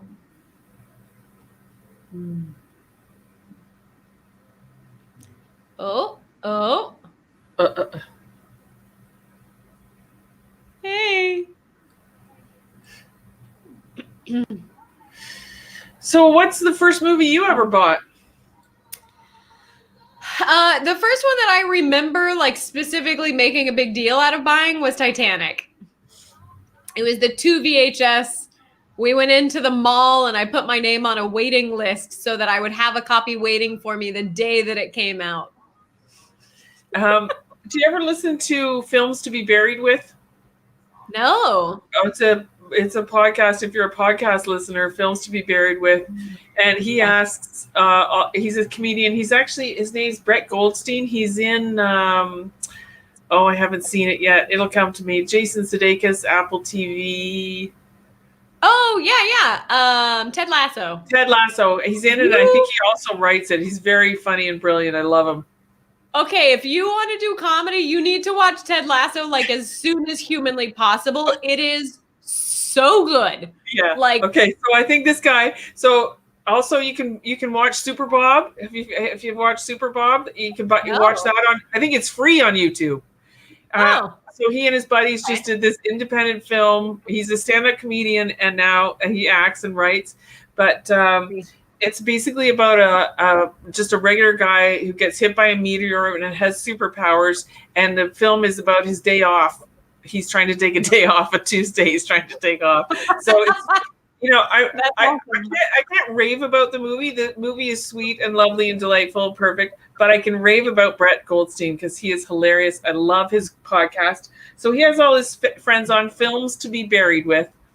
And he asks the same 7 questions or 12 or whatever it is. And it's, what's your first movie? What's the movie that made you laugh the hardest? Where do you cry the hardest? And the sexy, what do you think is sexy? So, and then just like Desert Island Discs, you pick all these films and then you're actually gonna be dead. So which one do you take with you in your coffin? You have to pick your favorite in the end. So it's pretty fun. If you just had to pick a movie to be buried with, what would yours be? The Sound of Music? I think I might have to go with The Sound of Music. Although, in heaven, it's movie night every night. And so, everybody else has taken a film. So, for example, everybody wants to pick The Godfather. And he's like, don't pick The Godfather. Somebody already picked it. So you pick it's already something else. there. It's waiting for you. You know what? I have a new favorite movie, and that's Jojo Rabbit. That was great. Jojo I don't know Rabbit. why I didn't go into it with high expectation. I think I just thought it wasn't going to be my style or my cup of tea, and I loved it. I thought it was delightful. Taika Waititi is just, he's everything. I just love him Yeah. so much. So I really loved it the first time I saw it. And I remember at the end, and I never give spoilers, but all I wanted was 5 more seconds. It ended 5 seconds too soon for me. Just give me 5 more seconds of that and I'd be good. And then my mother passed away during COVID. And there's a mother thing in the film and also a David Bowie thing. And I've already mentioned David Bowie. And oh my God, I bawled so hard. Like the third time I saw it, I could watch that movie. Yeah, What We Do in the Shadows, the TV show and the film equally as brilliant. Like we never did. I haven't seen it. Is the TV show as good as the movie? So good. We didn't want to watch it because we thought we loved the movie. We thought we actually went back and watched the movie and now we kind of love the TV show more. Really? Yeah, but it's still Taika and Jermaine doing all the writing and directing and stuff. They're just not in it. So, yeah, highly recommend. Hassani either also didn't expect the show to be good or he's being sarcastic and he's seen it and he knows it's really good. Yeah. Could go either way. Is he being sarcastic? Don't be sarcastic on texting. Nope, we love it. We love the show. So I don't think he's being sarcastic. Oh. No, we couldn't believe it. We couldn't believe it. It took us years to get around to it. And then now, again, we go around doing the accents and I think we might have seen it twice already. We just went right back and watched it over again. It's that good. Nice. Ted Lasso was that good to me. Right. Like that I could have just immediately rewatched it. Ooh, have you seen Undone? It's on Amazon Prime. No. It's also like a grief thing, but it's kind of a sci-fi. Like you don't know if like she is actually experiencing a sci-fi experience or if she just has mental health issues. But there's a lot of like time travel. It's actually animated, which I don't generally love animated stuff, but because it was animated, they could like very quickly jump between times and places, and it was beautiful. It was really good. Yeah, actually, we don't have Apple TV, but my husband just got a new phone, so we get free Apple TV for a year. So, well, this one's Amazon Prime. It's not. Yeah, we got Amazon Prime at the moment. Yeah, Ted Lasso. I haven't watched Fleabag 2 yet. I know I'm eternity behind. Oh my God. You know what? I was way ahead with Fleabag 1 and now I'm way behind with Fleabag 2. I saw Fleabag 1 before anybody I ever knew. And then now everybody's seen Fleabag 2 and I'm not there yet. I didn't see the first season until right before the second season came out because a random friend was just like, oh, have you ever seen this? It's so good. You would love it. And I was like, okay. And I watched it and I was like, oh my God, there's another season coming. Yes. I think season 2 is even better than season 1. I think it's one of those rare shows where it was like, it just got so much better to the point where I'm like, I would have gone for a third season. I would gladly have followed it to a third season, but I also respect just being like, no, that's the end. I love where it's at. Well, that's what I like. It started out as a play as well, of course, a one-person show. And, those Brits, you got to respect they're short. Instead of just trying to do things as long as it can, they just like, no, this is a 6 episodes. Like that's what my play translates into 6 episodes of television. Oh, it says address and phone below, but then it only has phone below. Oh, that was one of the other little continuity things. Anyway, I can't even barely read that script. Oh my God, I love this scene too. This is good.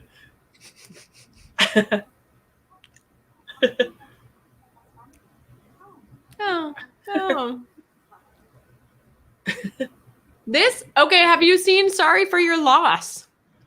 No. This is just turning into a podcast where me and my guests just say, have you seen this? Have you seen this? And I'm totally fine with it. Sorry for that. It's only on Facebook, which is weird. Apparently Facebook started a production company and you can watch this show only on Facebook, but it's 2 seasons. It's Elizabeth Olsen and it's her character's husband died and it's like her grief journey. but she's like an advice columnist, and she gets a question from like a teenage girl while her husband is alive saying, oh, my boyfriend and I just broke up and I feel like the world is ending. And she has this like smart ass response. And then she gets like basically the same question after her husband died. And she like, pours her heart out about like, oh, losing somebody you love when nobody else thinks that it matters, but it means the world to you. And it was just like, oh, that feels so like accurate and real. Oh.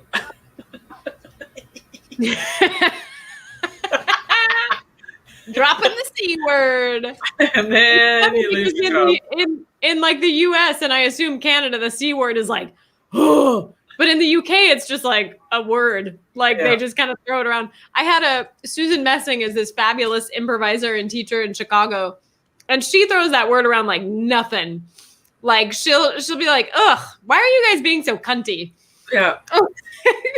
It's my nickname for my two best friends. The three of us, there's only such thing as cunty 1 and cunty 2, but there are three of us. So you are constantly rotating as which one which you one are. Is not. Yeah.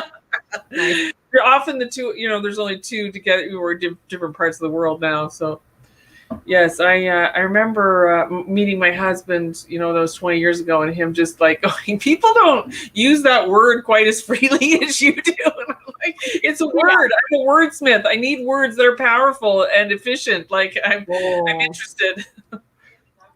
Hassani, I didn't even guess this. And usually when people put something like that, I just go through the alphabet, and I didn't use A. I just went straight to consonants.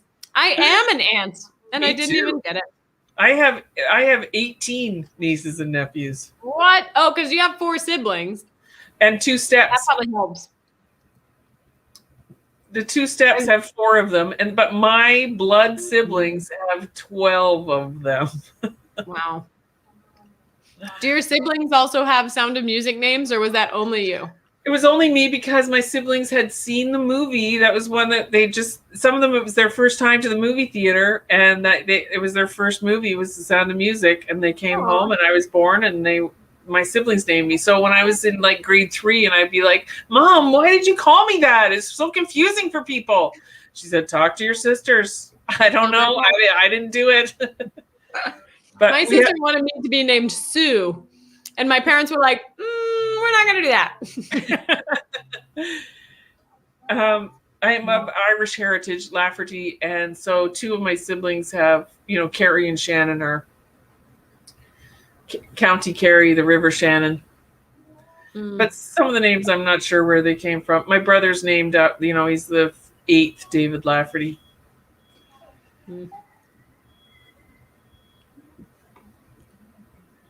What is this? I don't remember this. Oh, this is going to my God. It's so good.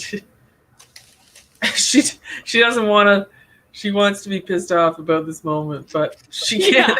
She can't help. I'm going to hate this. This is going to be terrible so that I can show how much better I could have done. I don't want lemonade. No. And I love that she sips it and it's like, oh, that's really good. Okay, fine. That's good, I think she says.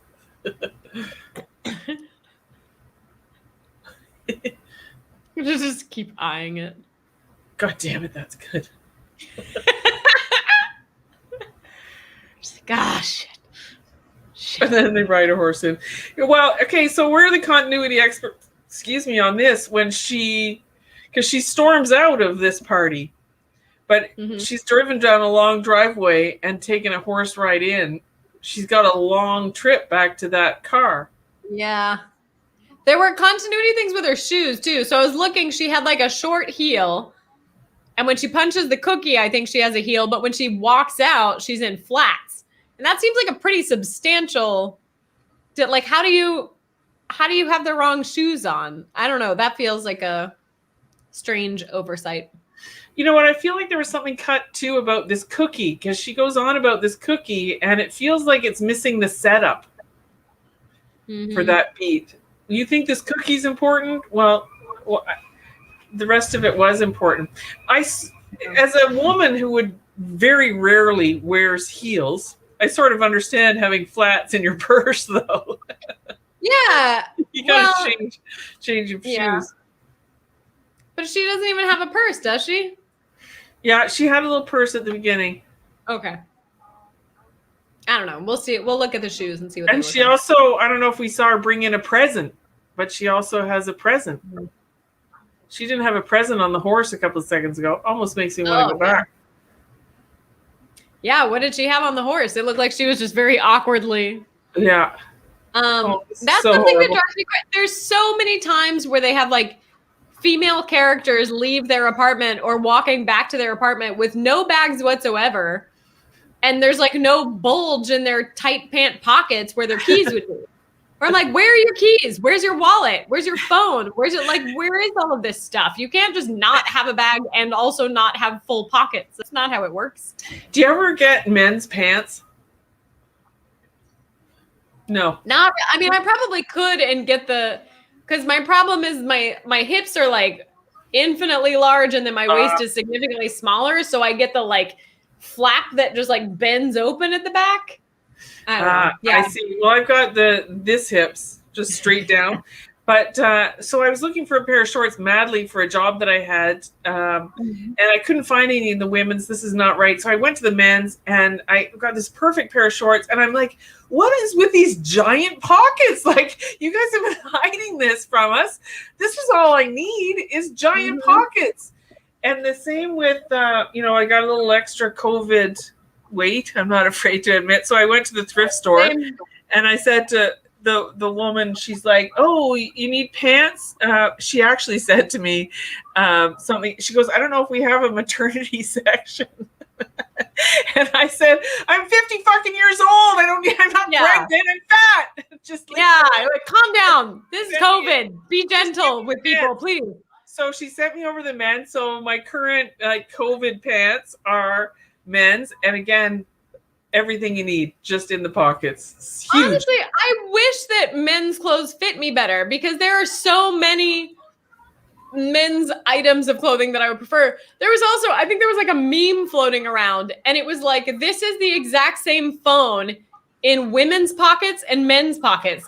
And it like barely like this much of it fit into the woman's pocket and you couldn't even see it in the men's pocket. You could just barely see the outline hit. And I was like, oh, what?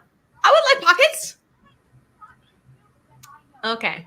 Now we're having the full-blown meltdown. Yeah, well, she's got the big box, the present that she brought. It's about to be the whiff of death or the moment of imagining death from Save the Cat. Well, I'll have to look and see if there's actually something that almost hints at death in some way, shape, or form. Okay, yeah. Got the heels there. Oh, see, well, it did happen. I didn't say it early enough. So she scraped the cookie and like pulled some off and you could see that there was some missing. But then when she goes to punch it, the part she scraped off was back. So it was like a fresh cookie that second time. And of course, who would let her go this far, right? I don't know. I think I'd be like, yeah, I guess just get it out. I don't know what else to tell you. She's putting grass into the thing. Yeah, those shoes aren't even the same color as the one at the beginning of the scene. No, that's like a shorter heel than what she had on before. But let's see when she actually leaves if it's just straight up flat. Well, I think, I understand how these things happen because, for some reason they change it partway through and then it's obviously a better clip. Yeah. Well, and I think definitely like as a director, if my script supervisor was like, hey, in this cut, there's a continuity problem. In this cut, there's not, but this cut was just significantly better. I'd be like, I don't care. Yeah. I want that one. Unless it's some giant gaping hole that's going to take people out of the film. I don't care that her shoes are different.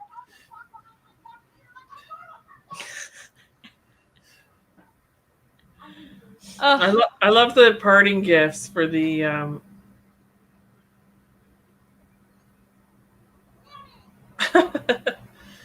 okay, here she goes. Oh yeah, yes.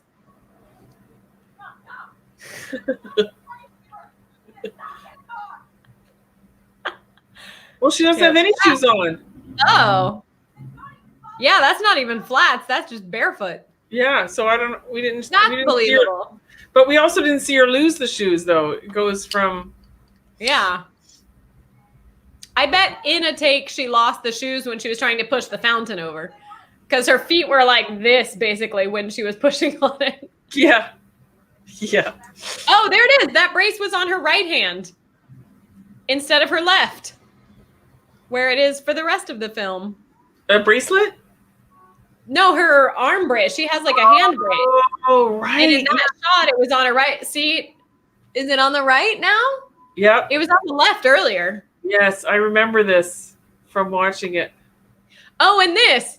It's a tiny little 2-lane road until she passes her, and then it's like a 5-lane highway in a city, and then suddenly she's back in like the rural country again, about to hit a porcupine.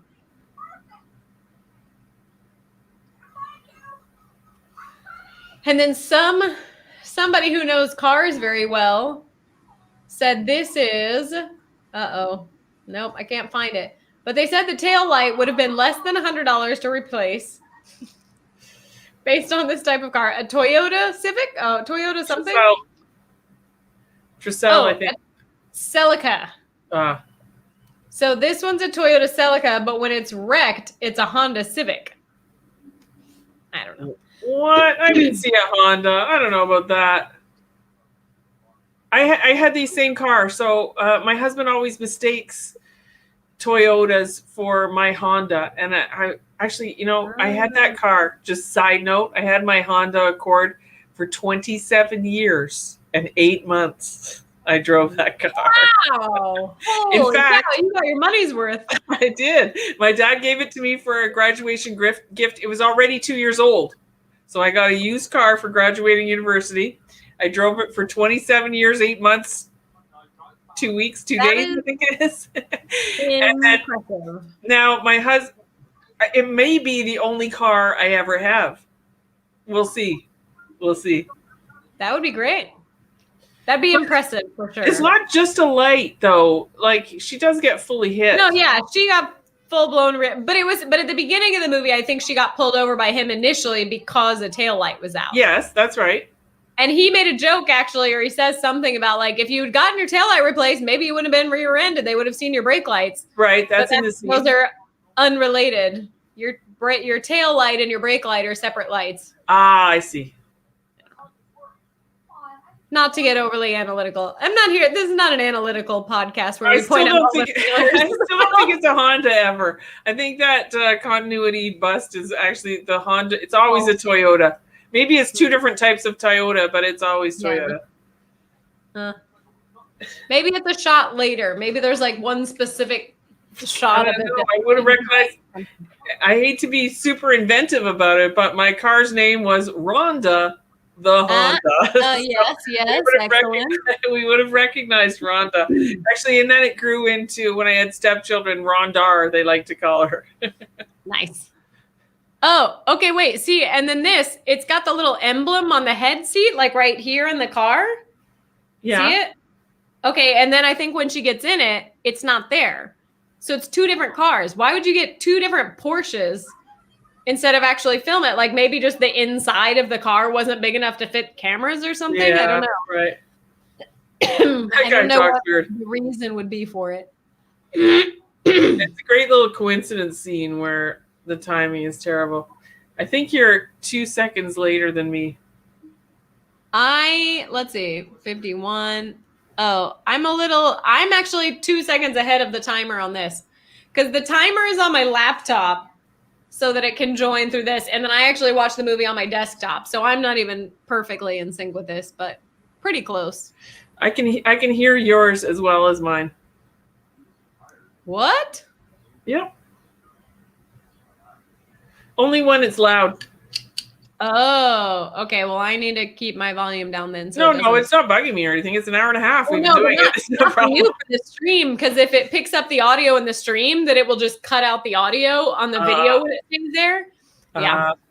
So, but it's very, very light though. I already know what they're saying and stuff. Yeah.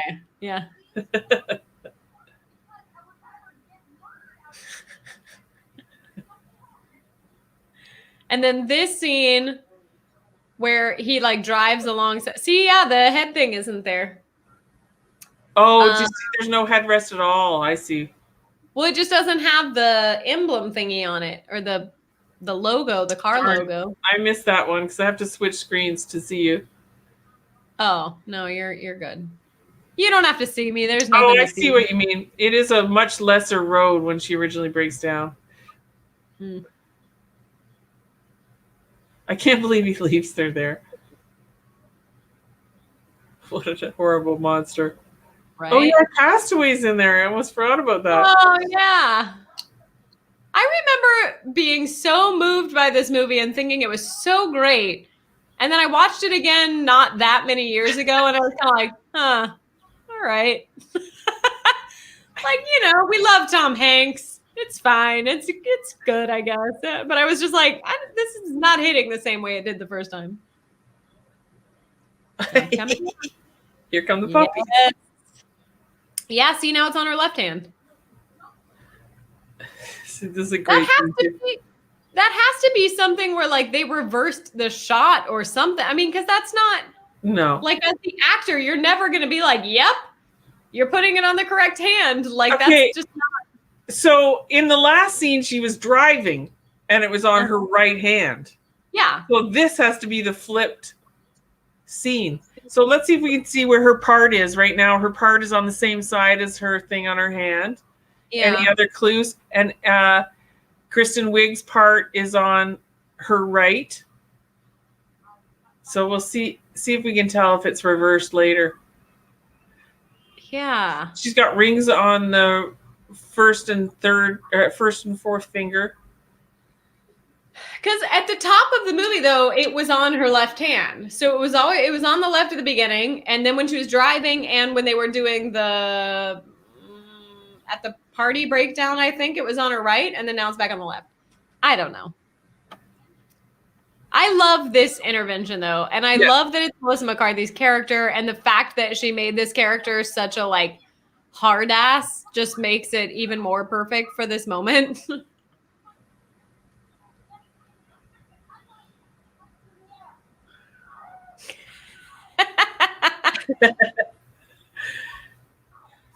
I love it. And have you said what movie you've seen most? Oh, I don't know. You know what? It would probably be between like 3 contenders. Weirdly, I was in 6th grade when Jerry Maguire came out. Yeah. Shouldn't have been watching that movie at that age, but like I watched that so many times. I would say that's up there. One Fine Day, also very high on the list. I watched that VHS so many times I wore out the tape, and then one of my friends gave me a new copy of it for my birthday. And then Kissing Jessica Stein would be a more recent one. Like I found that one in college, and just that was like a life-changing film for me because it was like, oh, I think I'm gay, and also I think I also want to make movies. I was like, huh, all right, I'm going to just hide those away for another 7 years until I'm ready to deal with them. Yeah. I love Melissa McCarthy. What happened to Jennifer McCarthy? Jessica McCarthy? What's her name? Jenny McCarthy. Jenny. That's why I was like, Jennifer, that sounds weird. Jenny McCarthy is actually her cousin. They're cousins. So, you know what? Her son is on the autism spectrum. Oh, yeah. She was married to Jim Carrey and was all anti-vax and kind of... Yeah, I think that... So you see her on reality shows and stuff like that. Or, I mean, I don't see her on reality shows, but she's on them. Not like the contest, like we saw her most recently on a commercial on one of those shows. I'm not saying I don't watch reality TV. I just don't watch the show that she's on. I do watch a little reality TV. What reality TV are you into? I gotta say, a few years ago, I started with the home reno shows. Oh yeah. And what a happy, relaxed, I take so little time. And that's what I pick fix me a house. Yeah. And, in Canada, it started out as Dragon's Den, as it did in the UK, and in the States, it's Shark Tank. Oh, I yeah. love that show. I love it. That's a I fun love show. it. So, Mr. Wonderful is a Canadian, as is Robert Herjavec. So, I just find him hilarious because he's super mean and horrible. Like, I never want him to talk to me, but something about the roast humor that he has goes. So I think those are my two favorites, although, and we it's been years, we've staved them off, but now trapped with my 23-year-old stepdaughter, eventually we had to give in to The Bachelor. so we watched a bit. I think home renovation shows like that, HGTV, I feel like is just always on at whatever house I'm at for the holidays, because it's one of those things like nobody ever complains about that. Like everybody can agree, like, yeah, I could enjoy this. This sounds nice. Well, and there's some that are better than others and some that I won't watch at all, of course. Yeah. But, I was very good with my husband. We're Canadian. He watches every single hockey game that his team plays. And so I spent 19 years watching hockey, whether, I hated it as a kid. But, as an adult, fine, whatever. Hockey, sports, good. Football, he loves. So now he sometimes recoils a bit with the fix 'em up shows, we call them. And but I always just say, how about those 19 years worth of hockey games? I at least have that. I got that to balance out. Fine. Similarly, why does she make him a carrot cake? Because they had carrots in their very first scene when they see each other in the convenience store. They sit on the hood of his car. Okay. Because he had like the weird shaped carrot that he was like, I'll eat it, and she threw it on the ground. Yeah, this is one of the ones that kind of bugs me too, that he makes her bake and then the raccoons eat it, but then he gets it later. Yeah. If raccoons ate your carrot cake, you don't have it later. Yeah, there's nothing left if they've gotten to it. So they took the whole box, like they just ran away with it. My mom went camping one time. And she had a whole set. They were doing s'mores, and she had like marshmallows like on her shoulder or something, on a backpack. Like they were like propped up on her person. And a raccoon came up, and she was like, "Oh!" And she took a marshmallow and she threw it to the raccoon. The raccoon ate it, and then was like, "Oh!" And like came closer, and she was like, "Okay." And so she pulls out another one, throws it to it, and he's eating it all cute. And then he just runs off, and she was like, "What happened? That was weird." And she reaches back. 2 other raccoons had grabbed the bag and ran off, and all 3 of them ran off together. Like, they are smart as hell. Raccoons know to have their cake and eat it too. Yes, they do. They're supposed to be nocturnal raccoons, but I live by not Central Park, Stanley Park, which is one of North America's largest inner city parks. Nice. And people feed the raccoons. So you go to the park, and if you go at like dusk, when it's between when they're supposed to be sleeping and when they're awake, and people feed them, so they're actually out in the daytime all the time, and I'm always yelling at them, go to sleep, it's your bedtime. But then you get to there's a little body of water, Lost Lagoon, and there's just like 50 raccoons all of a sudden all around you. It's very creepy. Also, people have been feeding the coyotes in the park, so now they're too familiar, and they've bitten a couple of people. So we're having coyote troubles. Coyotes have been a big problem in Austin too, like particularly because like we're close to the hill country where they are pretty common, but because everything's been kind of quiet and shut down, they're just making themselves at home. Like my apartment complex has emailed and said, hey, there have been coyote sightings in the parking lot. Please don't engage. Like if you see one, get inside because they're not safe. Like, ooh, great. So we were out on a walk last week, and sure enough, a coyote comes into the path, and he's going the same direction as us, but he's way ahead of us. So we keep walking, and my stepdaughter's, then there's a branch off, and she goes, I said, no, we're going to stay behind. She's like, so we're going to follow the coyote. That sounds like a great idea. And I said, well, I don't have my eyes on him. I don't want to be locked in the forest and not know where he is.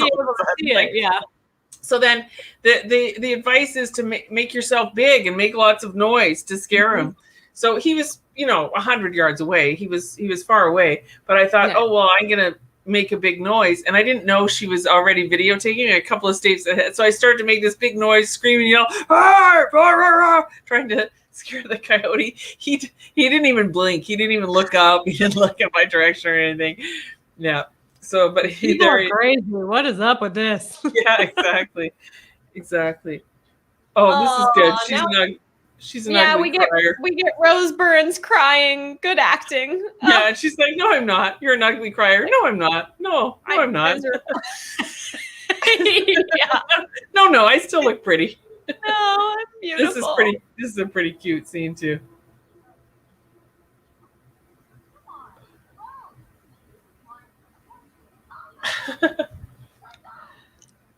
She's like, men don't say no to me. Let me try. Yeah, he's a little hard on her. He stays pretty.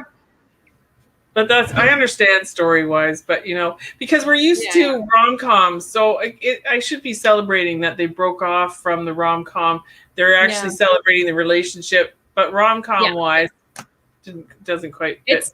It's more adamant about, it's less about their relationship and more about her figuring her own shit out, not connected to him. I feel like, I don't know. You better pull me over. I love this series of shots. Yeah, it's so just like fun. getting creatively more and more illegal. See what Marmaduke's doing.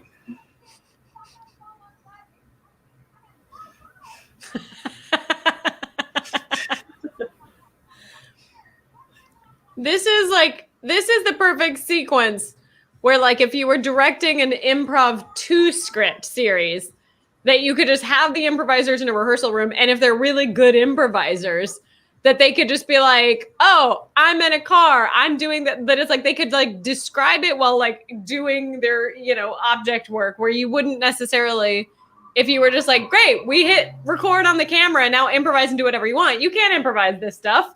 Like, that's not safe. But if you were in a room together, you could just talk it through improvising and be like, "We'll figure out how to make it later." But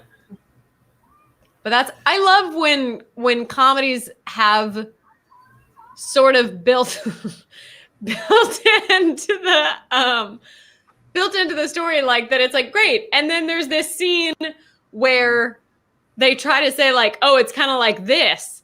And then they just keep offering up different things that it's like, where it's like, "Great, I will write one thing and write vamp in improv or something." And then it's like, "Great. And I just want you to keep rattling on, like, literally give me 50 and we'll edit out the ones that we want to keep."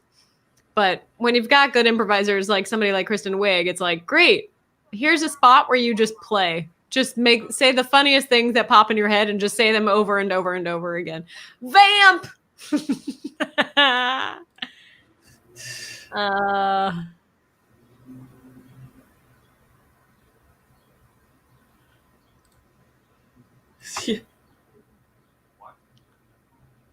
Helen. Oh, Helen. Okay, let's see. Were there interesting trivia bits that I didn't get to? Yeah, I'm gonna look up another Rose Byrne, because I've seen her play some serious roles as well that were awesome. John Hamm taught acting at a high school in Missouri, and one of his students was Ellie Kemper. Huh. That's a fun little nugget that I enjoy.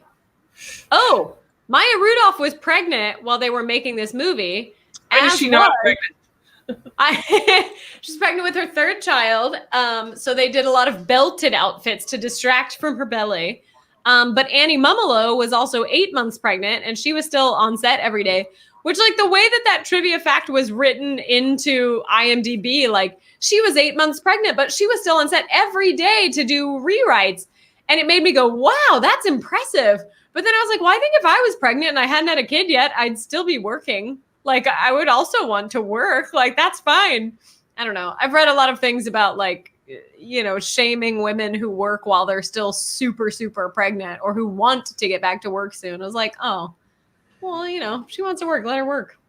Well, I think while you're pregnant is one thing, as long as you feel healthy. Yeah. But once that baby's born, I can see doing a little less. Yeah. At least let your body heal and like form some sort of connection with the child. Do all you can while you can. Yep. So this movie does pass the Bechdel test for sure. Yes. That's one of my usual standards. Right. I think as far as diversity, like it's not painfully. I mean, there's Maya Rudolph, and then Maya Rudolph's father is played by a black man, and it's not the most diverse film, but it's lovely, and I enjoy it. Again, they have to be women characters that have a name that talk about something other than a man. That two women have a conversation where they're not talking about a man. And it's actually surprising how often, like, especially movies made like 2010 and earlier, don't pass. It's just like, really? Oh, that's sad. 7 different directors were considered for this film. Only one of the 7 was a woman, which that kind of makes me sad. I think now they'd probably have better odds. I feel like even just in the last 10 years, we have a lot more female director options, especially in the comedy landscape. I don't know. This Is Where I Leave You. There's another Rose Byrne. She's got a small part in that, but that's a great film. Jason Bateman, Adam Driver, Jane Fonda. It's a grieving movie. Yeah. Tina Fey is in it. Yeah. So it's based on a book, and you can sort of feel that it's based on a book. Like, for example, Tina Fey has a baby, and you never see it in the film, and she's in the whole thing. So you can tell that there's more there. But again, that was one that we warmed to it because Jason Bateman, Tina Fey, you think, oh, this is going to be hilarious. Yeah. But I think, the second and third time I watched that, I just love it more and more. Oh, I'll have to go rewatch it then. I've definitely seen it and I enjoyed it. But yeah, I'll have to give it another viewing. What's happening here with Maya Rudolph? What is her freak out about? Is she thinking she can't get married or something? Yeah, it was all too much. She doesn't have her best friend, and that Rose Byrne took over everything, and then this is going to be her last night in her old apartment, and she doesn't have her crew. Yeah. So she needs her best friend to help her mourn the loss of her single life. Yeah, that's it.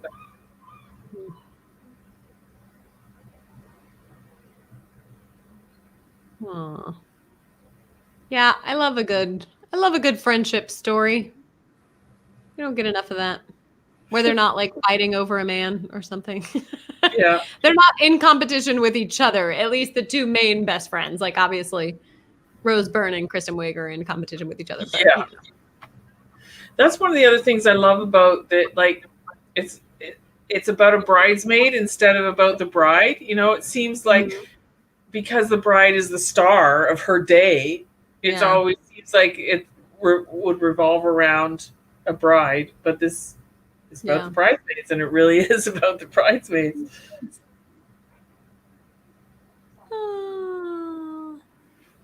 And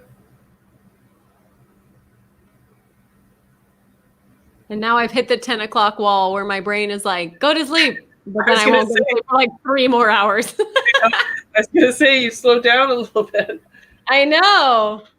I came in hot with that. I was at a 79 and that pill's kicking in, and now I'm at a 4. Not exactly. Oh. With another question. Oh, there's the dress. The Fifi Le Feu dress from Paris. That is a terrible dress. You hit the wall? Yes, Hassani. Even I have walls, and sometimes I hit them. You got to have another question there, though. What? Oh, my questions? Yeah. I love this because I love, like, I definitely, when I hit emotional walls, like sometimes when you're just like, you're not like sad and devastated and crying about things, but when you hit that wall where you just feel like everything keeps going wrong and wrong and wrong and wrong and wrong, and then you just start laughing because you're like, I don't see how things could possibly get worse. Like this feels like a nice little moment of that. What? Let's see. Ooh, what if we made this a new movie and we recast it? And let's say we make it an all male movie. Who would you replace each of these actors with? gracious. That's a tricky one. It might be too close to the end because this is the final scene. I know, right? It would take too long. There's a lot of good. We'll skip that one because that would require a lot more conversation. Well, you just want Brad Pitt in a movie, right? Like everybody wants Brad Pitt in a movie. Yeah, I swear Brad Pitt is the producer on like every movie I've seen in the last year and a half because his name always pops up in credits, but they're always like good movies and they're not just like, oh, great, another story about a straight white cis couple. Or like, you know, it's like there's like a lot of variety where I'm shocked to see his name show up as a producer. Yeah. I'm like, good on you. Yeah. I mean, I hope he's a producer in the like, I'll give you money to help you make this story happen kind of way. Oh. Swap. Wait, which one is Tim Heidecker? I don't know. Remember.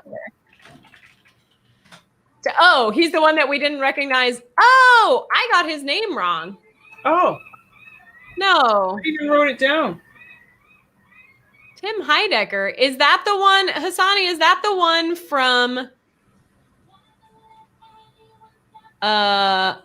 is he in this movie, Hassani? Oh, no. Thomas Anderson. What's his name? Paul Thomas Anderson is Maya Rudolph's husband. Who doesn't have a line, I don't think. Maybe one. Is Paul Thomas Anderson in this movie? What? I don't think so. He's a director. I did not know who she was married to, actually. And then I looked him up and I was like, oh, he's directed a lot of like really big movies. Who knew? Hold on.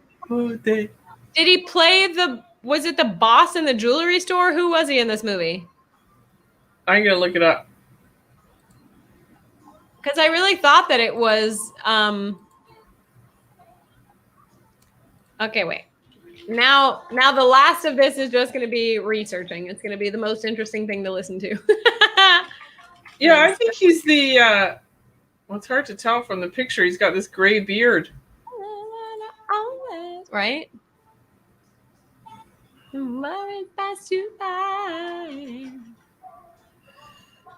Okay, I can't. No. Yeah, Michael Hitchcock is the one that I was talking about. That's definitely him. That's who I was thinking of. I don't know. The husband. The guy that Maya Rudolph married. Not here. Maya Rudolph's character's husband. Yes, that's right. Maya Rudolph's real life husband. That's what I was thinking. Yeah. Sonny is like, thank you for finally catching up with what I was saying. Okay. Well, you can't say Maya Rudolph's husband. Oh, no. In the movie. There it is. I found the comment that told me the correct answer, but I was distracted trying to find other things. So. Oh, and these dresses that they're wearing are not the dresses that they wear in the promo picture, which like doesn't really matter. But it's like, oh, why not use the real dresses? I don't know. Who knows? They just didn't have the right look. I do love the promo picture, so. Yeah, I had to do, I did a time capsule and I put the picture of Bridesmaids in there for some reason. I can't remember what the prompt was. That's fun. What do they wear in the promo picture? Do they wear the dress that she picked? It's the hot pink dresses. Yeah. It's just right here. I'll put it back on screen. Oh, I see it now. The promo thing. These like hot, and they're not even all the same. They actually have different ones because Melissa McCarthy's looks a lot different. Yeah, it's not even one they tried on, I don't think. Nope. So I think it was just strictly like, hey, we just need a look for the photo shoot to make a promo poster. How about this? I mean, it's got the energy of the film, I think, more than their actual bridesmaid dresses. I think it was a good call as far as marketing goes. Well, I think it happens on such a different day. Oh, yeah. Here's when he's dressed in plain clothes and before he was dressed in a uniform and drove around in his cop car. But here he says he's on shift. Oh, yeah. And he's in plain clothes and he makes her sit in the back seat of the cop car. Huh. And he doesn't have a partition in his seat between the front and the back seats. He doesn't? Well, no. That's not a cop car. That is something I read on the internet. He doesn't. I guess we can look closer this time because we'll see her in the back seat. Well, plus we did watch the slightly shorter not version. Remember when we were looking up and there was one I that was know a bit there was another one that was 2 hours and 10 minutes on iTunes, and then another unrated or something that was like 2:15 or something.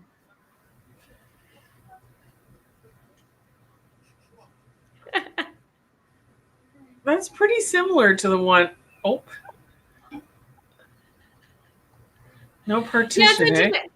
It's like only Chris O'Dowd could have pulled off this role the way that it was written, with the like trying to make her bake and then not wanting to take the cake and then like pushing her head down like and he talked about auditioning for this because he was not a well-known actor, especially in the US. And he said he showed up to audition and like he saw all these like big name actors waiting outside to audition for the role. And he was like, oh, I'm never going to get it. So he just went in kind of like, well, I'm not going to get it. So may as well just have fun. It's like, oh, that's the best way to go into it. Either you have to go into an audition like, I am 100% going to get this, so I have no worries, or I'm definitely not going to get it, so I guess screw it, I'll just have a good time. Either of those are excellent options. Yay! Ah, all right, we did it. We did it. Puppies. Puppies. Oh, oh yeah, right. Tape 119.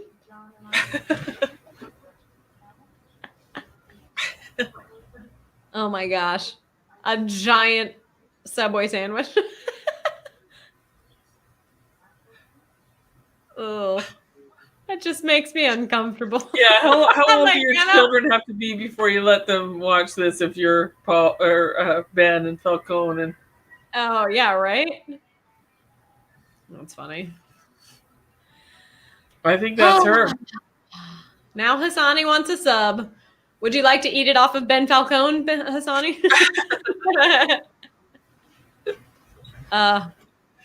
Well, Liesl, thank you so much for joining me. This was delightful. Very fun.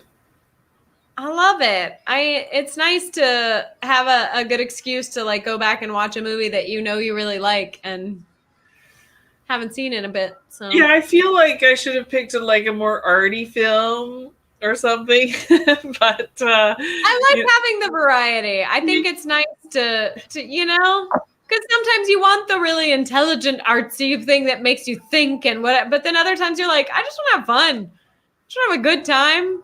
I want to feel some good, happy emotions and also like be a little bit worried about the character, but mostly just enjoy myself. This is a judgment-free zone, especially if we're talking about eating sandwiches. I snuck a tortilla there in the middle of the movie, left over from lunch. It's very exciting. All right. Well, is there anything that you want to plug? I have your website going up on the stream at the end of this. My website's just a baby website at the moment. If you felt like having script development or story ideas, you can take a quick peek there, but it's just as good to just like find me on Facebook and ask me a question there. I give free consultations on Mondays at noon. So if you just want to say, hey, here's my idea, I have a bunch of tools in my toolbox and I can talk through people's stories and I have a blast doing it.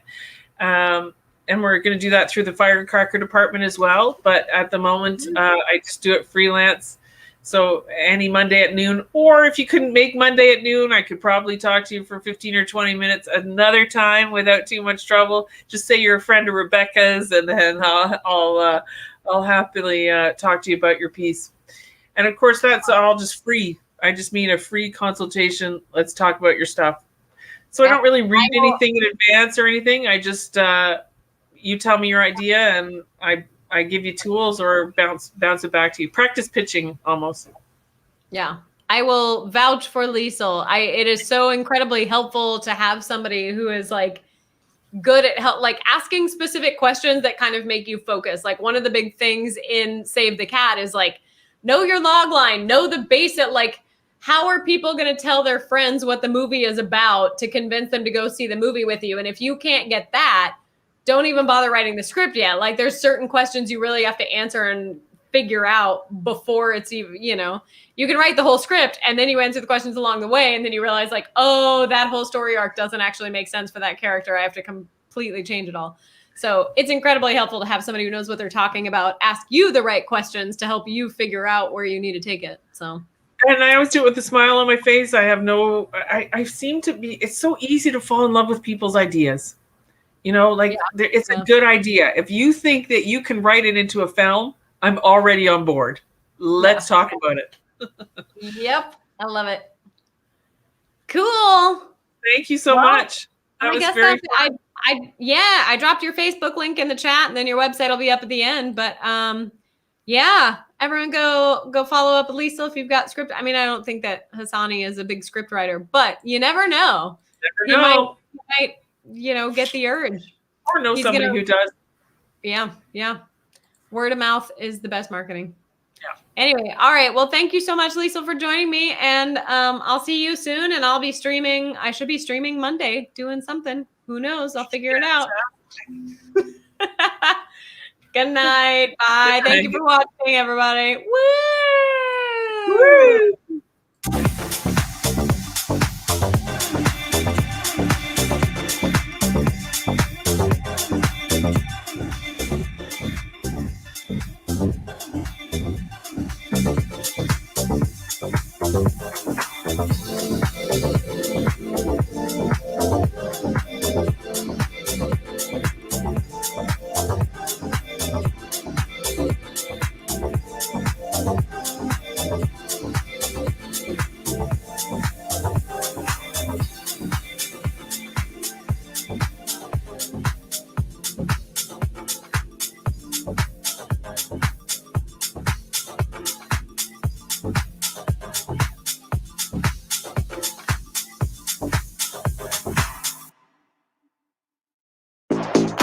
OMW, on my way to you.